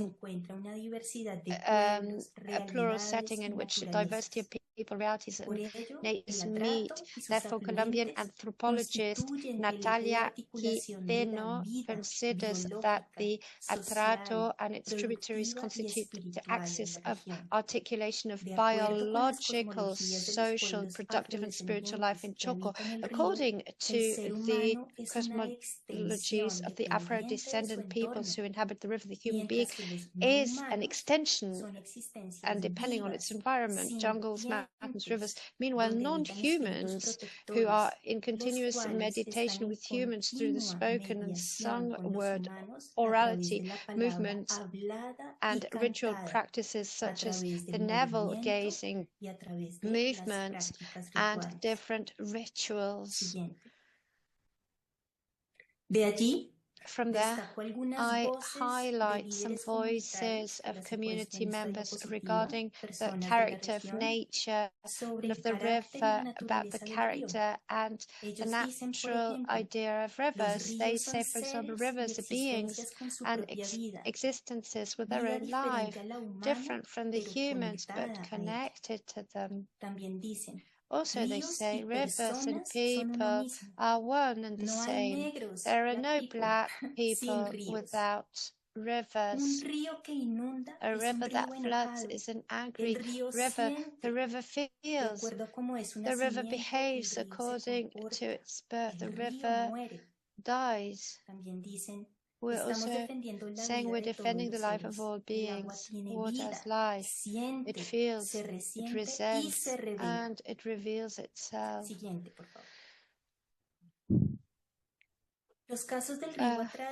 Case a river that witnesses contains pain and feels the suffering caused by a bad death, an experience shared by humans and non-humans. The case of the Atrato River and the Wanganui River, decided between 2016 and 2017, became the first precedents in the world that gave rise to the first declaration of rivers as legal entities and subjects of law, creating new governance and models through the river co-governance with the participation of traditionally excluded social actors such as representatives of riparian, local, and indigenous communities and their advisory teams to redefine the models of use and exploitation of rivers and bodies of water. These precedents gave strength and impetus to other river defenses processes in different places around the world, generating a break in the legal understanding, political, conventional of the rivers as an extraction of world. And so we want to transform the legal pathway which has been recognized as a juridical people, legal people, a phenomenon that we know as a change and a component of justice of the people. Not everything is pink colored. For some critical sectors, the rights of rivers and nature are part of a new wave and rights. It's more symbolic and rhetorical level than on the practical level. Thus, on the one hand, the suitability of the mechanism to destabilize extractive and exploitative economic policies on rivers and territories has been questioned, and on the other question have arisen about to what extent these new rights strengthen the struggles of people and communities by giving rise to space for asymmetrical bureaucratic dialogue where greenwashing strategies can occur.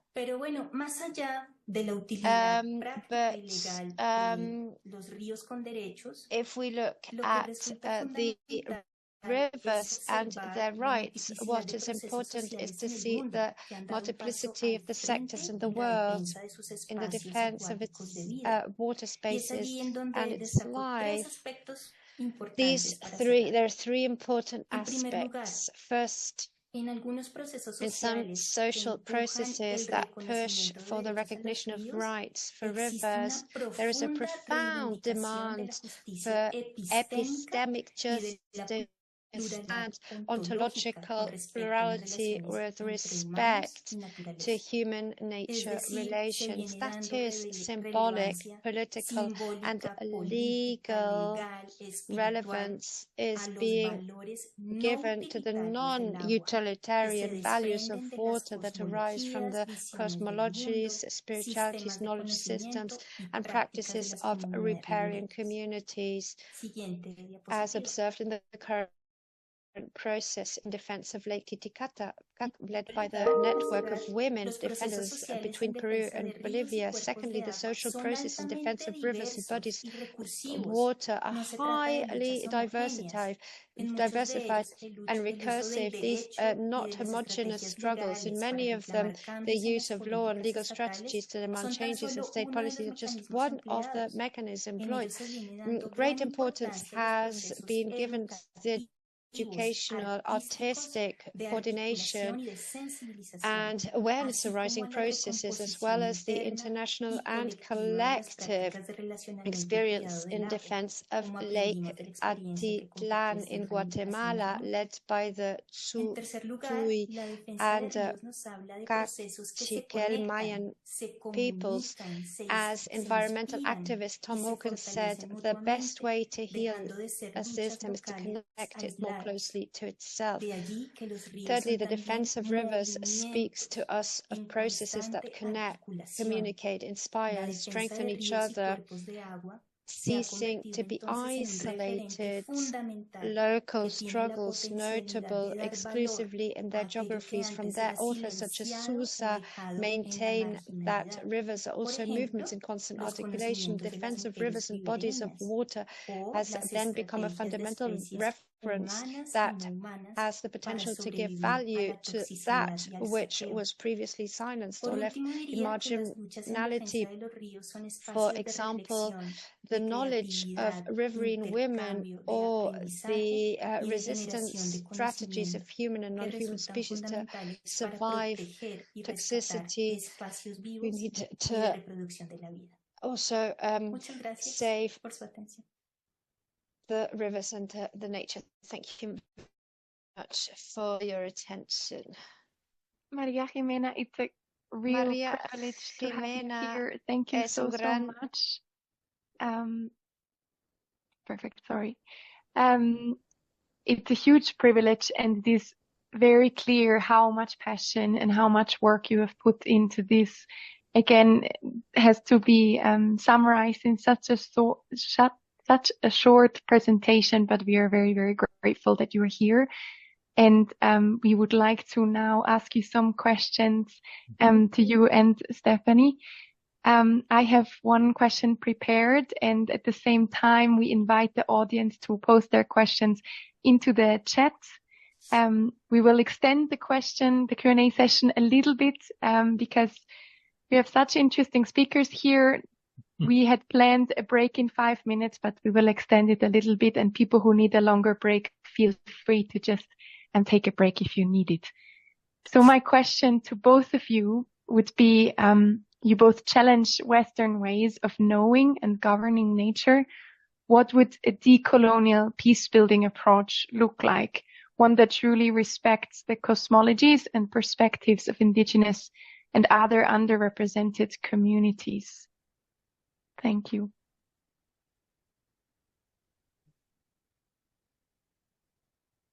I think as part of decolonizing, Maria should go first.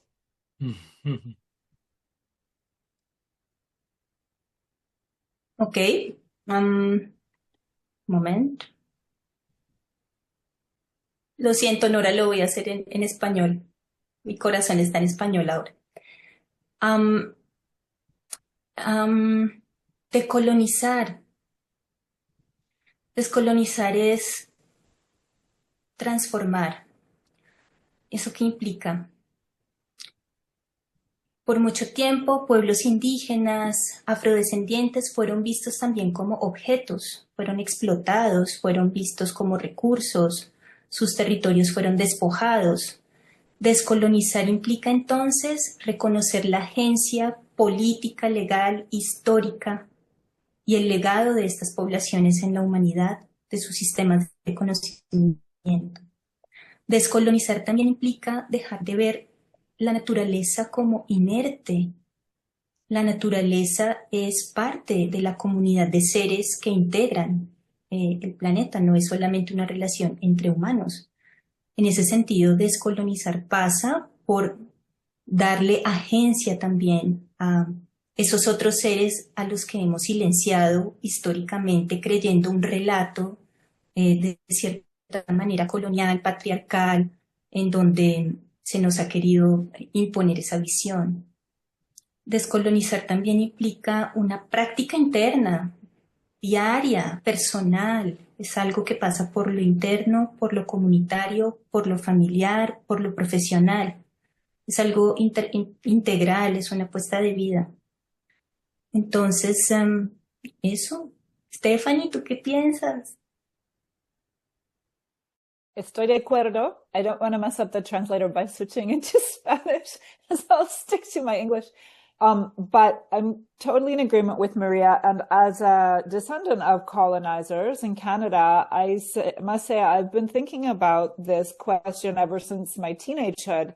And I think that for descendants of colonizers, we need to move beyond guilt to action, and not leading the action, but joining with Indigenous people and following their lead. This is our time to follow Indigenous people's leads, to learn from them, to work with them, to serve their campaigns and not take over. And I think that that's an important starting point. Thank you very much for your reflections on this important question. David, have you already seen some questions, or is there a question you would like to ask yourself? No, actually, well, yes, I want to thank again Stephanie and Maria for this wonderful presentation. Again, invite the floor to share their thoughts, comments, questions to these two great, activists. And I just want to bring into the conversation what Eduardo Alboco has put in the chat, because he's mentioning the violations against human rights regarding the struggle in favor of the protection of rivers. And he mentions a strike of indigenous groups where the police kill environment activists and throw them into the river. So these bodies are disappeared. And also he mentions the contamination. So I was wondering while I was hearing Stephanie and also Maria Jimena about all this legal struggle. And I remembered also that a couple of years ago in Costa Rica, there was a discussion on the Escazú Agreement that was actually dealing with the protection of activists, not even of nature itself, but of activists. And even our country didn't sign the agreement. They didn't want to sign it because there was a lot of pressure from private companies, and the Costa Rican government opposed the signature. So I was wondering what continue being these groups, these entities that threaten the rights of communities and the rights of nature, and in this case of rivers. Is it the government? Is it private companies? Is it gangs also, especially in Amazon, for example? How do you feel that? With whom are you and your communities struggling in that sense? That would be my question. Stephanie, por justicia te toca. Yeah, so most of my work has been about those kinds of cases where environmental defenders have been assassinated, harassed, targeted. I made a film called The Devil Operation that you can find online for free to watch in 2010. Back in 2010, about Indigenous activists and farming activists in the northern mountains of Peru and Cajamarca who were being spied on by a private law firm that was linked to the Yanacocha gold mine, which is one of the largest gold mines in South America, and it's owned by a U.S. and Peruvian union alliance, and there are links to the Peruvian government there. So in terms of David's question, I would say you need to follow the money and find out, who is funding these organizations. A mining company executive isn't going to go out and pull the trigger, but who paid the gang member, who paid the person, the hitman. And that's the kind of investigative work that a lot of investigative journalists are doing in Peru. If you check out Ojo Público, Public Eye webpage, there are a lot of articles going on about that. IDL, the Institute of Legal Defense reporters. There's also a lot of articles about that. So there is a lot of alternative journalism going on in Peru that is following this. They are also targets. The Peruvian government has just implemented an anti-NGO law and an anti-film law. Both of those laws say that filmmakers and nonprofits can no longer receive funding from abroad or from Peruvian government funds to do any work that's deemed against government interests. And the extractive industries, of course, are government interest. Peru is called Peru mining country. So you have a real Cold War going on in Peru between environmental activists, including journalists and human rights activists and journalists, and the government forces and the companies that are, making a lot of money. Back in North America, Europe, I can say, look at where look at where your money is invested, and check that out to make sure you're not investing in these companies. Bueno, yo diría que no podemos desconectar el reconocimiento de derechos a los ríos y este nuevo estatus legal que viene ganando la naturaleza de los procesos de extractivismo, saqueo, explotación que vienen enfrentando los territorios. Justamente estas decisiones legales han sido en respuesta a largas luchas que han dado los pueblos ante el envenenamiento, la extracción masiva de sus recursos y la afectación a sus territorios. En ese sentido, no podemos simplemente romantizar una nueva o incluso reconocer las diferentes visiones que se tienen sobre la naturaleza desde las visiones indígenas si no abordamos los problemas reales y concretos que hay en los territorios, que implica, por supuesto, las amenazas que reciben los defensores, que implica, por supuesto, tener una visión siempre alineada también con los derechos humanos. No es solamente un tema de proteger el río y la naturaleza, no, esto es una conversación totalmente ligada y conectada. No podemos separar lo uno de lo otro. Y yo creería que este ejercicio de los derechos de los ríos es una prueba más de ver hasta qué punto empleamos nuevos mecanismos que puedan poner límites a el poder corporativo, a las políticas de extracción que vienen dañando acelerada y masivamente territorios en todo el mundo. Entonces, este es un nuevo experimento legal para ver hasta qué punto es posible poner un contrapeso a estas políticas tan agresivas y en donde llevamos cuánto tiempo intentando luchar por detener y no fue posible. En mi caso como activista legal, trabajando directamente con comunidades, yo recorrí los ríos envenenados por mercurio, los ríos absolutamente afectados por la guerra, porque hay que decir que nuestros ríos en Colombia han sido fosas comunes que se han utilizado por los actores de la guerra para todo tipo de propósitos. Entonces, al decir que el río es un sujeto, hay que entender que el río también ha sido testigo de todo lo que hemos vivido, de todo nuestro dolor, de nuestro sufrimiento y de nuestra búsqueda de justicia.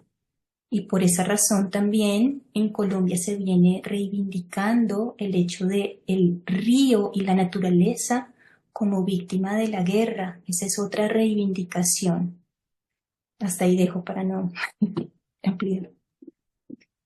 Thank you very much both for your answers. And now that Maria Jimena was talking, I'm sorry, I was remembering the case of Cauca River. I think that you're mentioning about this Cauca River as the victim of the war in Colombia. So thank you both. Nora, please. Yeah, big thank you to both of you to mentioning such important aspects of this topic. I'm looking at the chat. Many people are now posting their questions and responses.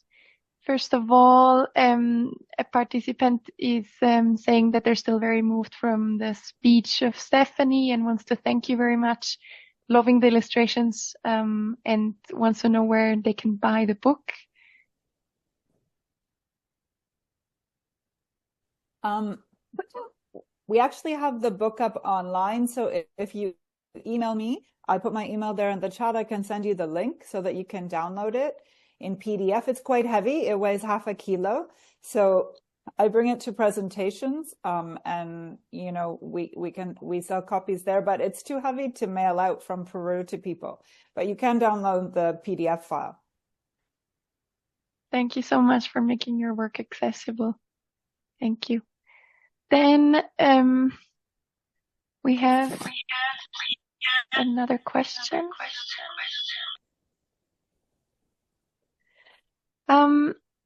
Another question to you, Stephanie. I find it fascinating that some proposals suggest recognizing natural elements as persons under the law, granting them rights similar to humans. My question is, do you think it's possible to protect their rights while still honoring their identity as natural elements? I think both of you could also answer or give us an insight. I think Maria put it best when she said this is a legal experiment, and I think we're in a process, and that's the goal. The goal is, how do you protect the river's legal rights while still honoring it from a spiritual perspective? And I think in that way, communicators and educators have to work with lawyers, and that's something that we did very much on our team. I know the Atrato people have done that as well. So you need to have collectives where you have people who can take these legal concepts and can translate them and keep them, humanize them, and keep the spiritual element in there. So working with artists, working with indigenous communities, you know, doing education abroad as well, internationally and nationally and locally. And we're still working to figure out how to do that. But that's, I mean, we have to try, right? What else do we have? Sí, yo diría que la defensa de ríos se convierte en una oportunidad de crear comunidades de aprendizaje mutuo, que no solamente se integran por los pueblos ribereños que habitan allí, sino que es posible conectar profesionales, conectar memorias, conectar diferentes tipos de saberes en este tipo de procesos. Y como les decía, la defensa de ríos se ha convertido en una fuerza translocal.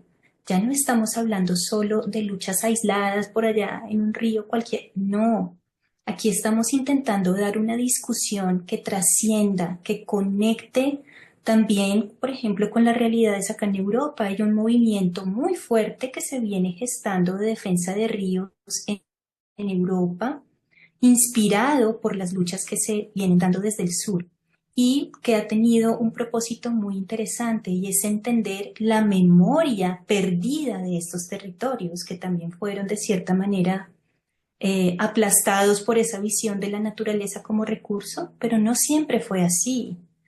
Entonces, en ese sentido, esta es una oportunidad para trabajar en diferentes dimensiones, temporalidades, saberes, y crear procesos de largo aliento que nos permitan transformar y transformarnos.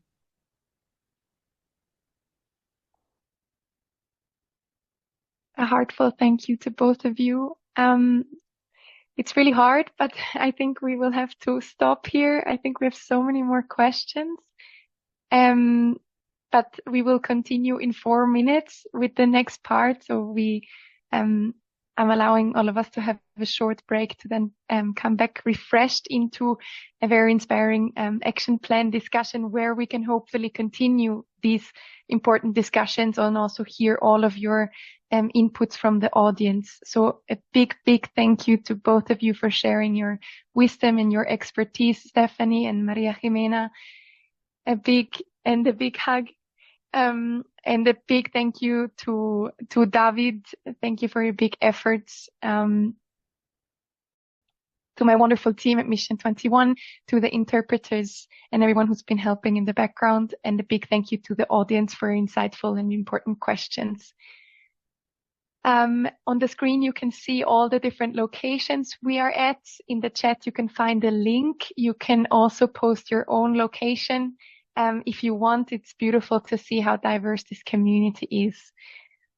Now I leave you all for 3 minutes to have a break. Thank you all so much and see you back soon. We welcome you cordially back to our last forum segment.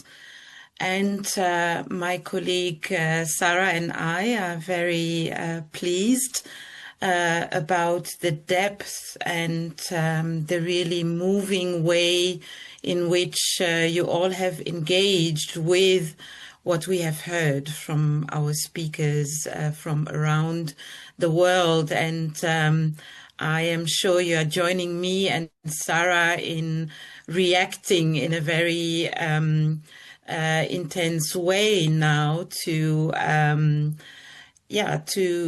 celebrate this exchange we have had so far. I would like to invite you together with Sarah now to continue our thinking and our reflection on how we can become active peace builders.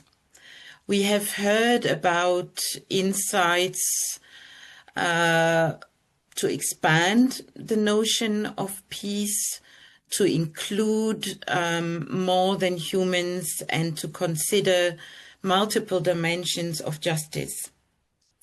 We have been enriched by the examples from various countries, communities, but also religious traditions and worldviews.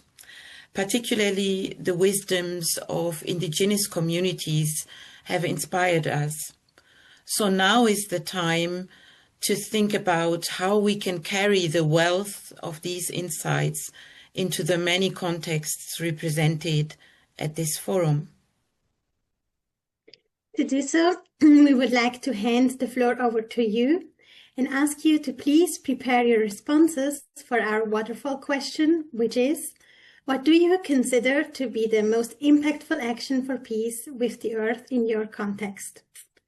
Waterfall in this case means that we ask you to prepare your response but invite you not to post it yet.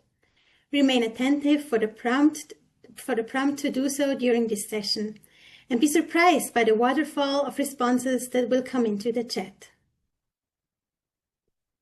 You can see the waterfall question right now, which we ask you to answer. Just type right now into the chat and then just when we say it, send it, not yet. In building peace, we are often called to pay careful attention to the needs of our immediate environment, the local level, but also at the same time to connect these to the global level. We would like to inspire you by joining one of such global example of collective advocacy action, and there are many of these. We will certainly see the next slide in a moment. This example of a collective advocacy action shows how on a specific day we can take action.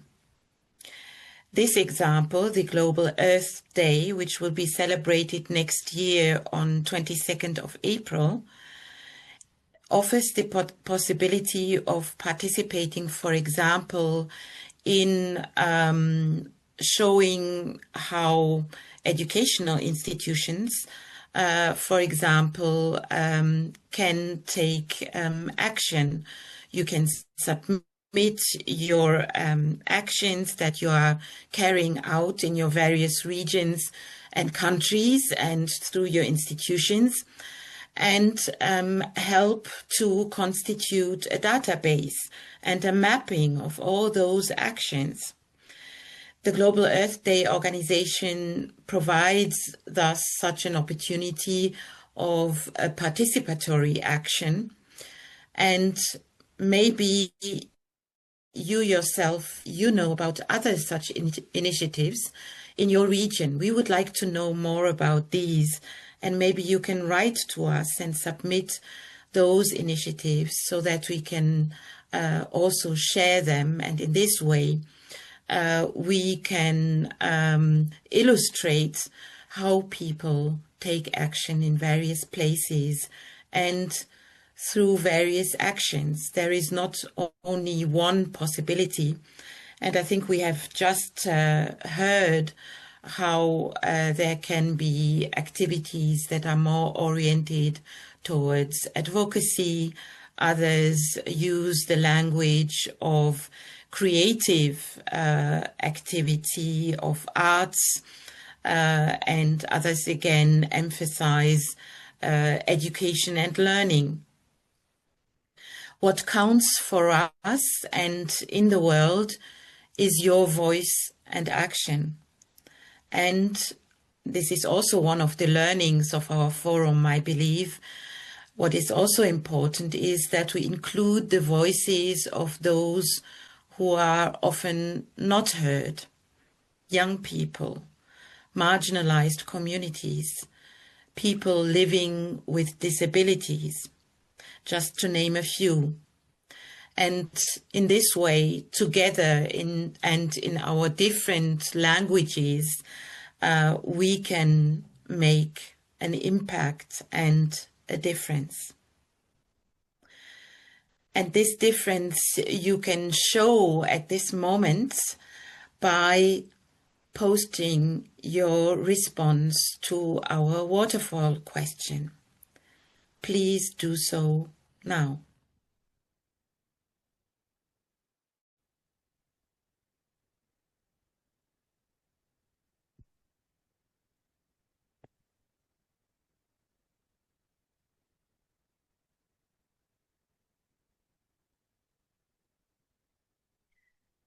We will see how the waterfall is created by all of you and your responses, and we are most excited to see how they are all trickling down in our chat. And Sarah and I will lift up a few of them, read, or invite a couple of you to take the floor.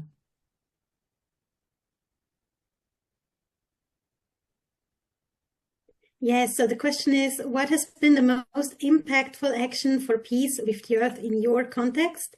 And now is the moment and you can hit send on your contributions into the chat so we can all read them and be inspired by the various actions that are being taken all over the world. You can read the question here. My colleague has just posted it once more, so you are invited to participate. We are still following our waterfall of responses.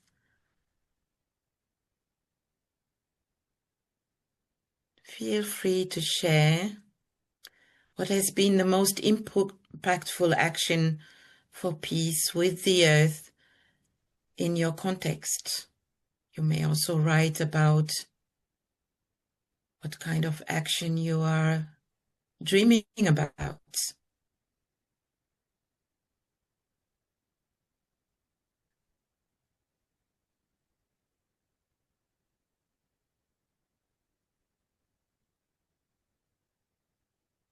Sarah, shall we start reading a few and then identifying some of our participants to raise their voices?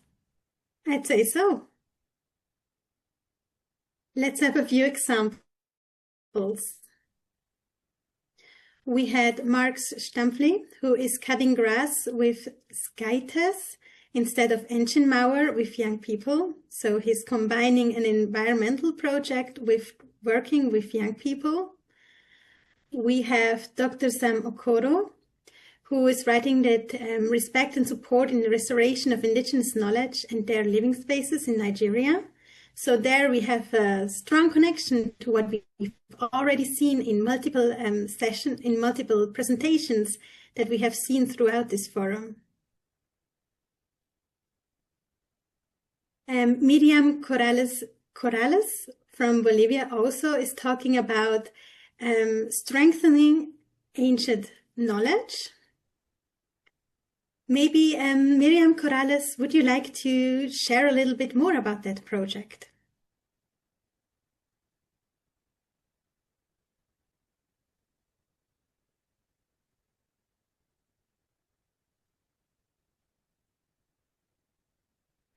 Hola, buen día. Hello. Buen día. Hello, everybody.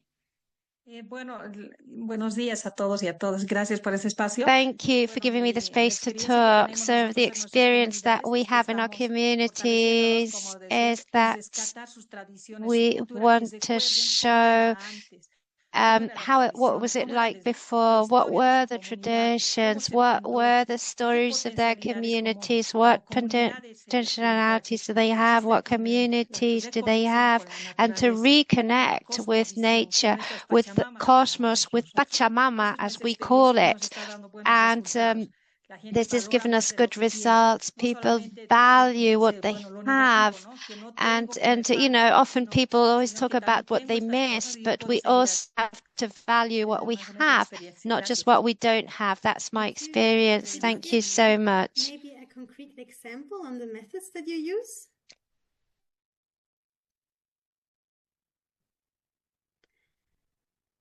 Okay. Sí. Yes, of course.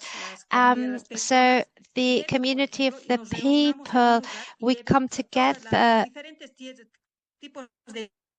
and we talk about different plants, medical plants, different waters from different areas of the community. So to identify what we have and what we might have forgotten, traditions that we might have forgotten, that ancestors used to practice, the culture, the music, the dance, and everything, the whole ceremony from our ancestors, and that they themselves commemorate what has been lost. This animates them, this strengthens the whole community, so as to celebrate together of what the community used to have and what we're forgetting about what we used to have. For sharing. Sounds very inspiring. Okay, let's read a few more, shall we? Yes, absolutely. So I see that Maria Jimena González Serrano has also a project that she is inspired by or working on in Switzerland, citizen socio-legal initiatives to protect drinking water, glaciers, biodiversity, and to advocate for corporate responsibility. Then we have T.A.H. Mercy asking junior school students to pick trash early in the morning in order to keep the school campus and environment clean. This imparted the importance of preserving the environment. Then we have Maurice Kwairanga. Indigenous knowledge of the environment builds peace with the earth in Nigeria. And then we have a longer text by Fido Bibi. One of the most impactful actions for peace with the earth in my context has been my participation in initiatives focusing on the role of religious leaders in addressing climate change. Through my membership in the steering committee of the African Union Interfaith Dialogue Forum, I have worked to promote dialogue among faith leaders and policymakers, encouraging faith-based perspectives on environmental responsibility and climate justice across Africa. Maybe we can invite one more participant to share and to take the floor. Imtisoa Ayangla, about planting trees. Would you like to speak to us about your action?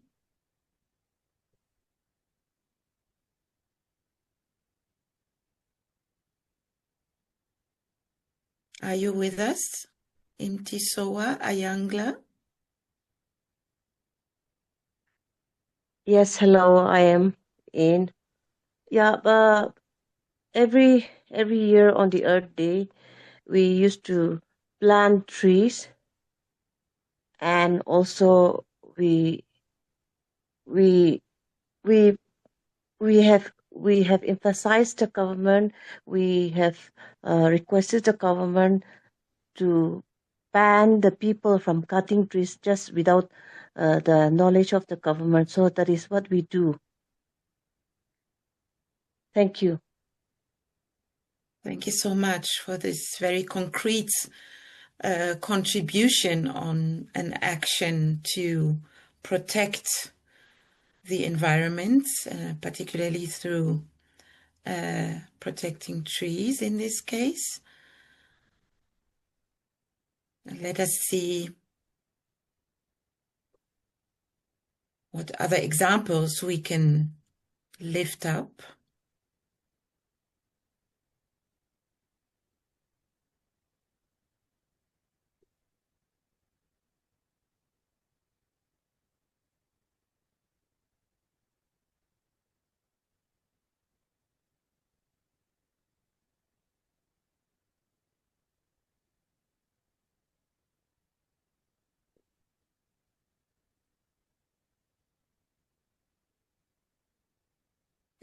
We have a few more contributions from Latin America, from Ecuador and Bolivia, I see.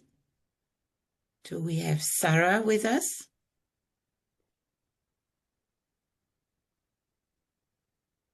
Sarah F. from... Sí, hola, ¿será que me pueden ver? Sí. Can you hear me? Can you see me? The indigenous people see the necessity of having our own voice expressed in Ecuador. We've had very, very hard times, and of our communities, our indigenous people, we've been going through hard times. 3 people died, and our nation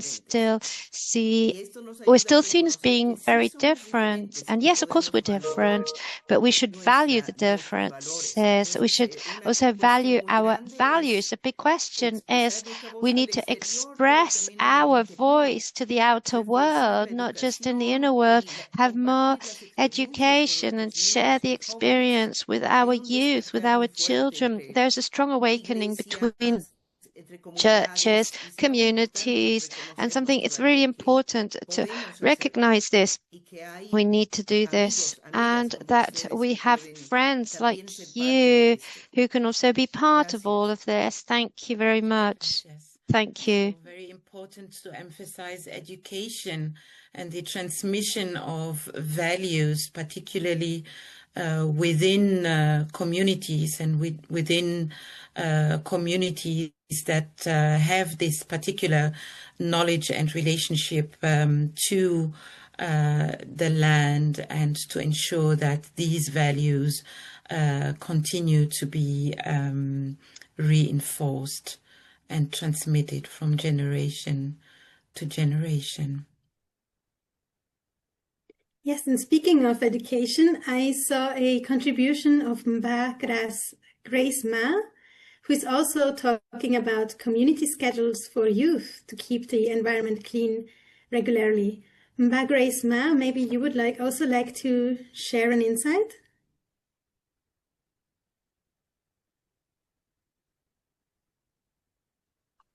That video.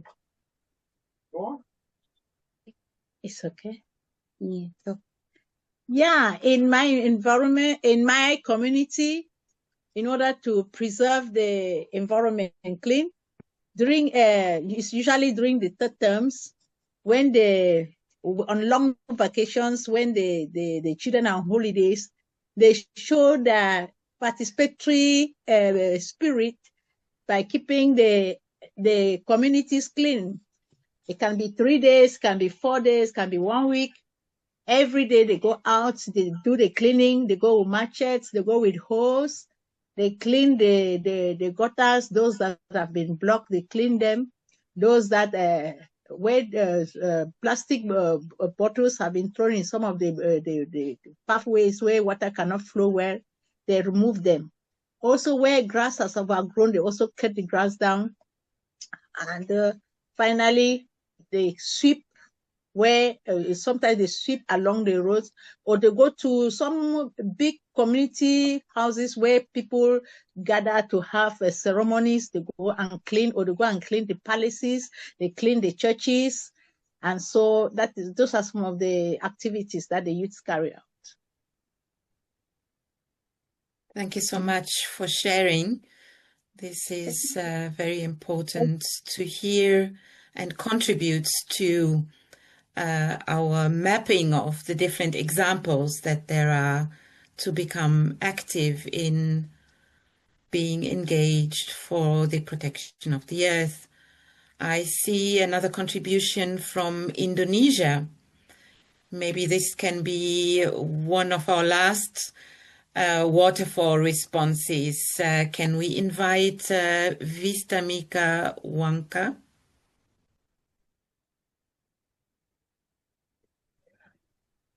Oh yeah, thank you. Yeah, actually, apparently I together with team, I'm part of assessment in some villages in Indonesia, in NTT province. It is in East Indonesia, regarding women's rights, because many of the women don't have right to possess land, and how they. It's interesting because in our data collection, when we collect the stories, the women share their experience, how they preserve a local wisdom to create peace with the earth by they have some wisdoms, like for example not to take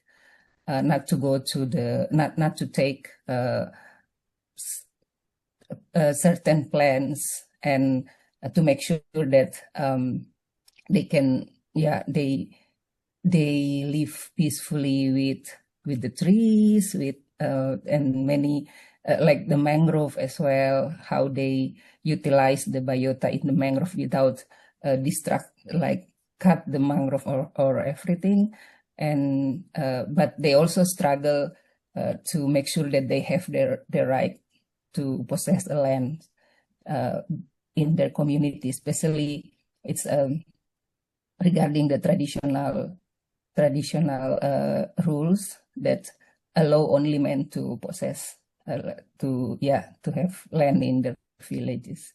So we will use the stories to make sure that women also can, when they have their land, can register it, and they can use the land for their life as well. Thank you.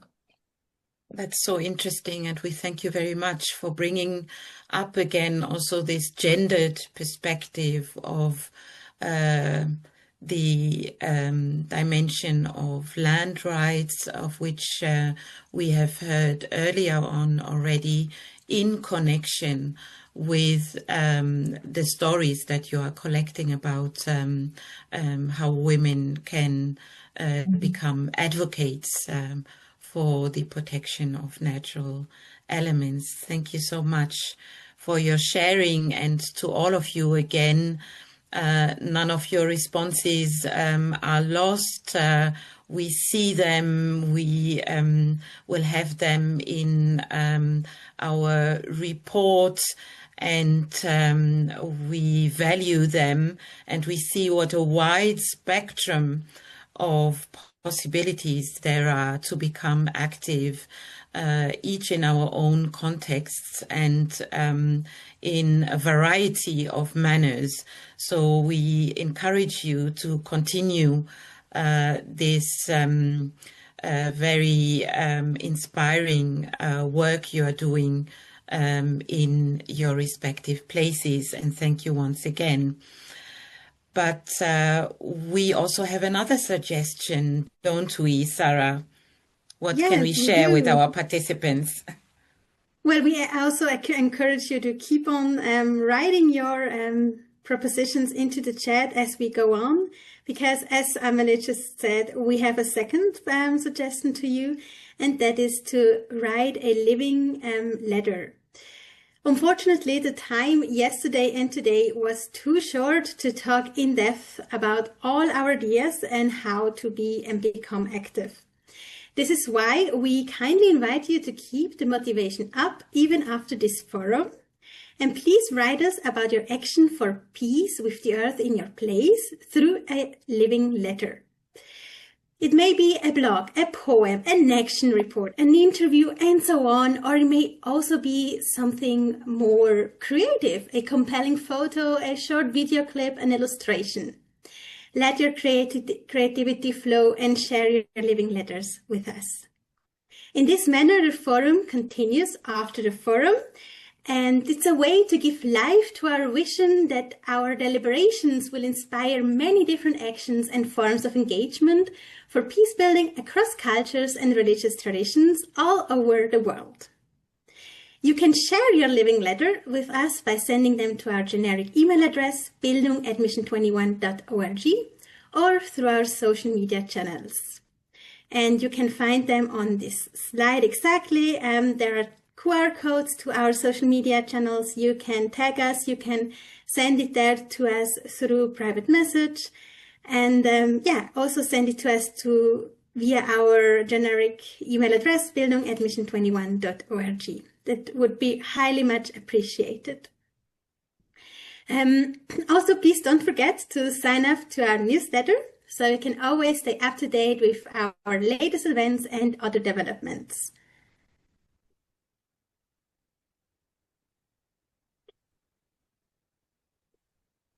Thank you so much, Sarah. We have been enriched in many ways in thinking about the connection between peace on earth and peace with the earth. Now, it's about time to wrap up, to have a kind of summary, even though it is at this point certainly difficult. It's a process, isn't it? We have to think through things. We have to carry it with us a little bit and to keep it in our minds, in our hearts, and to translate it, as we said, into concrete actions. But maybe I'll try in a certainly non-comprehensive manner to underline a few points that we have learned for this moment.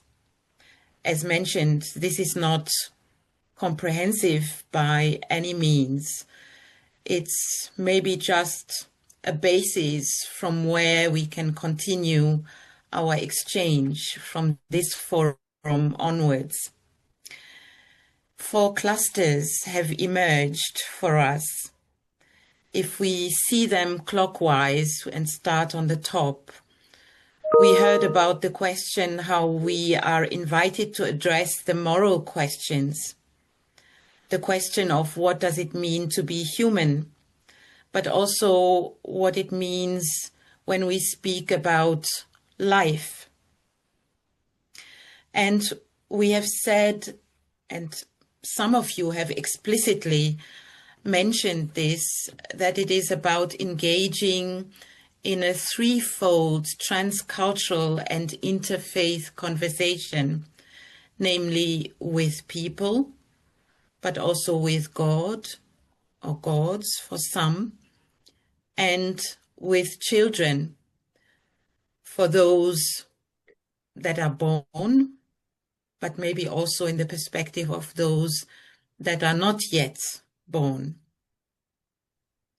And if we move on to the second cluster, we can see that we have heard a lot about a revisited understanding of peace, namely in a holistic sense. It's about developing a relational ethics of care, we heard. An ethics of care for one another and for the environment. guided by principles of restorative and transformative justice, also attributed to nature as rights-bearing subject, and by recognizing ontological plurality, our different ways of being in the world and being with the earth. And it's about epistemic justice, doing justice to the ways and manners in which we think and create and share knowledge. Fundamentally, this happens, at least in this forum, it has come very clearly to the fore that we have to recognize the wisdoms from various traditions. In particular, we have heard about the wisdoms from indigenous traditions. Furthermore, it's about spirituality across various diverse religious traditions. This spirituality provides attitudes and values to embrace so that we can be kind of part of this interrelatedness of all life, and that we are encouraged to shift more and more from an anthropocentric view to an ecocentric view, and that we can foster thereby transcultural and interfaith relations from generation to generation. And last not least, we are gathered because we want to do something. We want to become active change makers and peace builders. It's a particular action we have understood, an action that becomes spiritual, and at the same time, spirituality that we so often evoked sponsors participatory action through reimagining rituals, for example, symbols, but also through engaging in intersubjective relationships. Sharing means life was one such strong quote we certainly all retain. And these intersubjective relationships reach also beyond humans. And we can see how these relationships are fostered by using passion, empathy, emotion, and creative means to learn from one another and for a new, non-invasive relationship, I would call it, with the earth and among people. That is the decolonial posture many of our speakers have mentioned. And so this is only a very provisional tapestry that we have collected from what we have heard, from what we have learned so far. And I'm curious to know, Sarah, how all of us will continue to remain in touch, to share about our learnings on peace on earth and peace with the earth.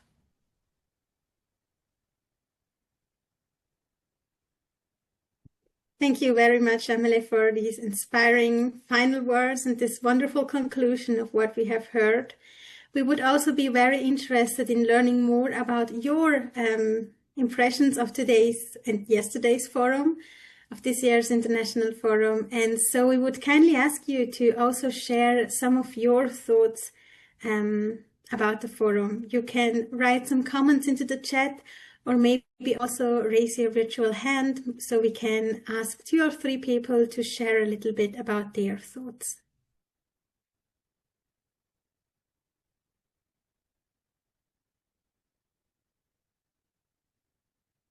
Yes, James Jewell.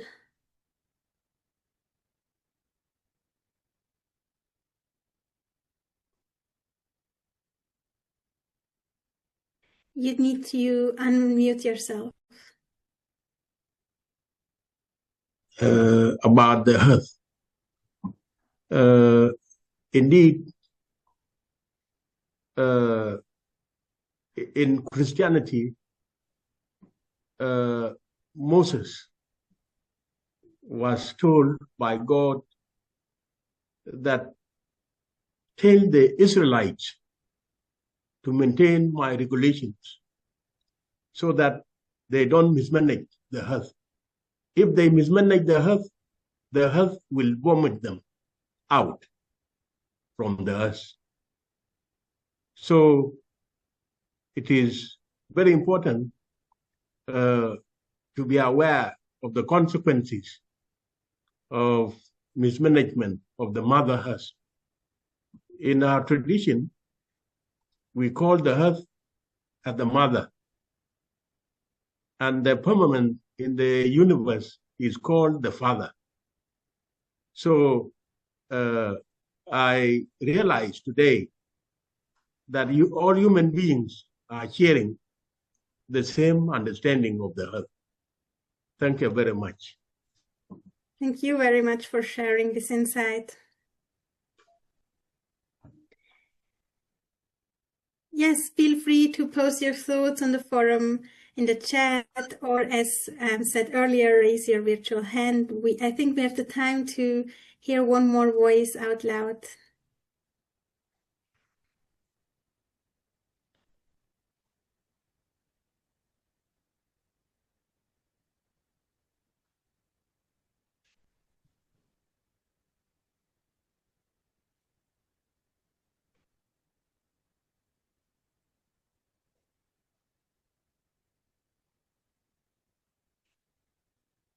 Could we invite Jorge, for example?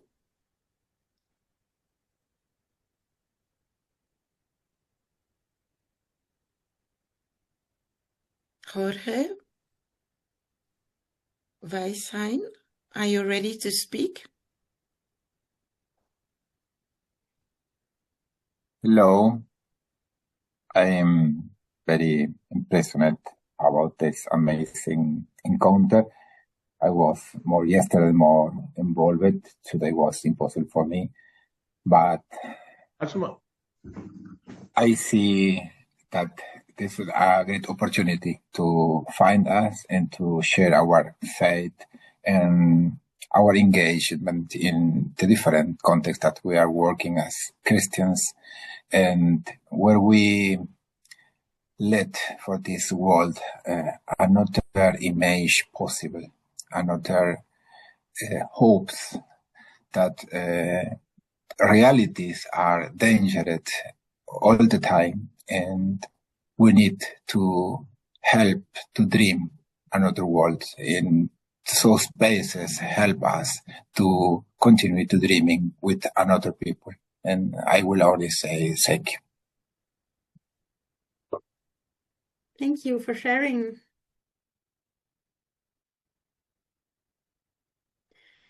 All right, our colleague will send you also an evaluation link, which we would very much appreciate if you could fill it out and tell us a little bit more about your thoughts about the forum.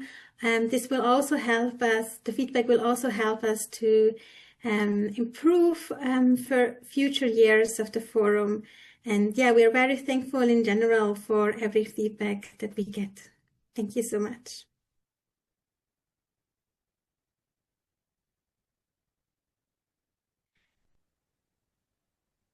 And now it's time for us to thank everyone, you, our participants around the world, who stimulated the debate with your questions, comments, your participation in our World Map Padlet and our Metimeter activities.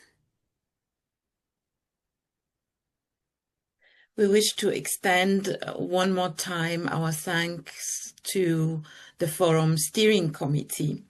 We are truly indebted to you. Thank you for your support in preparing this forum, for sharing the news about it in your networks, for helping with identifying speakers, for moderating sessions, and much more. It was truly an honor and pleasure to collaborate with you, and we hope that we can continue to journey together. We are also thankful to our team of interpreters, Alice Stritt, Sandra Müller, and Stephanie Domar. Thanks to you, we were never lost in translation. Indeed. Thank you very much also from my side. We wish to recognize our organizing team, of which you have also been part, Sarah, along with Nora, our project lead, Christian, without whose technical skills we would be lost truly. Joanna, we celebrate you for your relentless help in many ways. Manuel, Monica, Alexandra, I hope I didn't forget anyone, all of you and all our colleagues in Mission 21's departments and offices across the world. We thank you so much. Yes, indeed. This forum is a Mission 21 event carried and supported by the entire organization. And we would like to thank all our colleagues from the International Relations, Marketing and Communication departments, and from all the different departments who participated, as Amelie just said. And of course, also the management for their relentless support. It is not the least our pleasure and honor to thank our wonderful speakers and panelists who shared their knowledge, wisdom, and experience.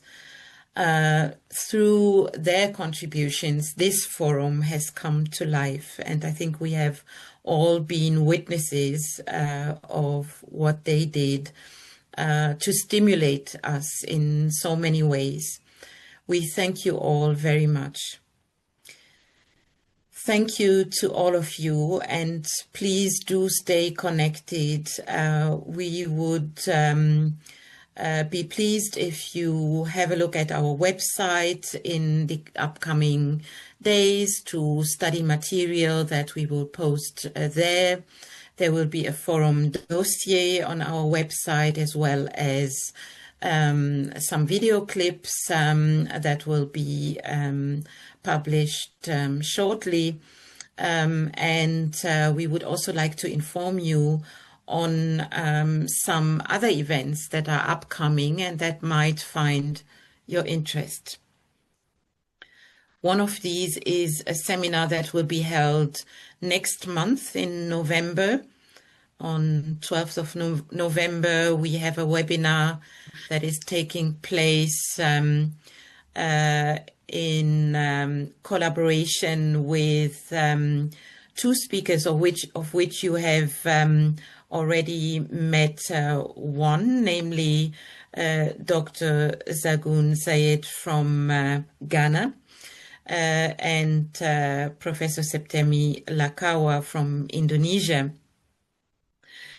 The topic is to enter into conversation between Bible and Quran on the climate crisis, and we would love to see you at this event as well. But there is also another exciting event happening at the beginning of next year. Sarah, could you share us a little bit more? Of course I can.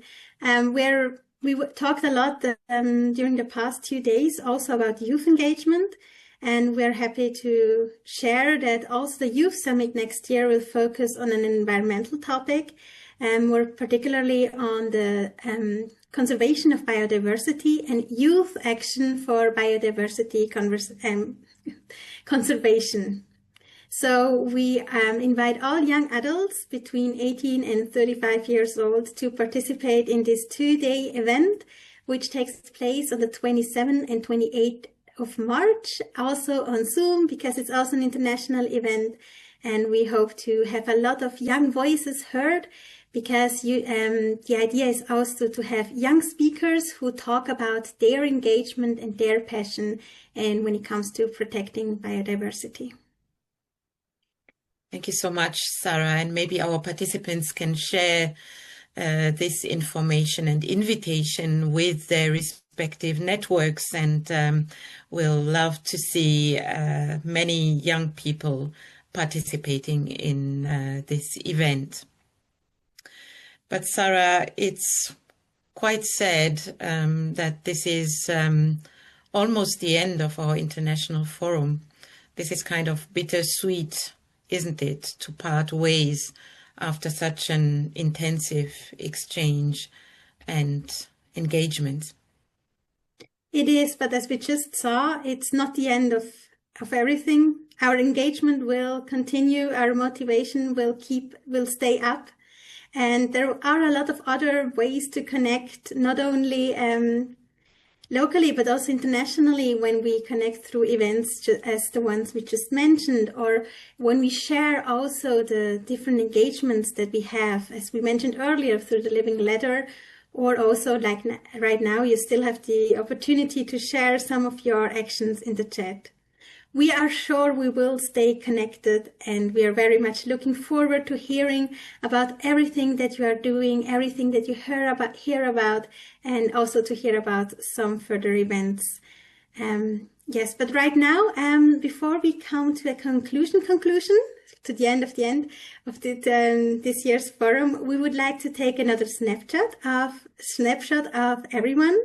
So for those of you who would like to be in the final photo for today, please turn on your camera, just smile into the camera, and everyone who does not want to be on this picture, because the picture will be published, please turn off your cameras so you won't appear on the picture.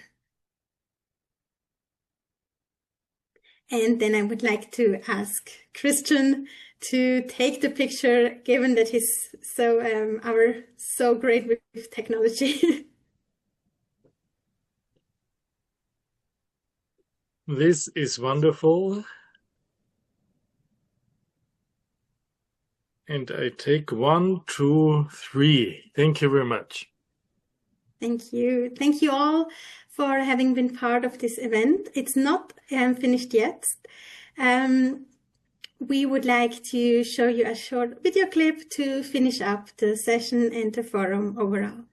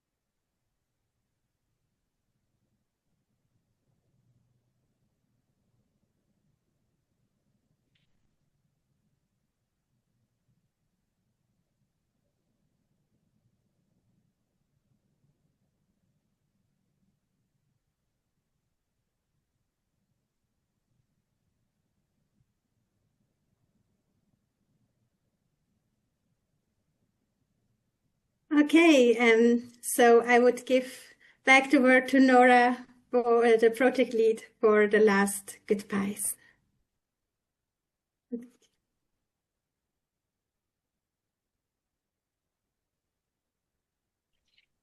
I'm just incredibly grateful at this point. I feel like I cannot really express it with words.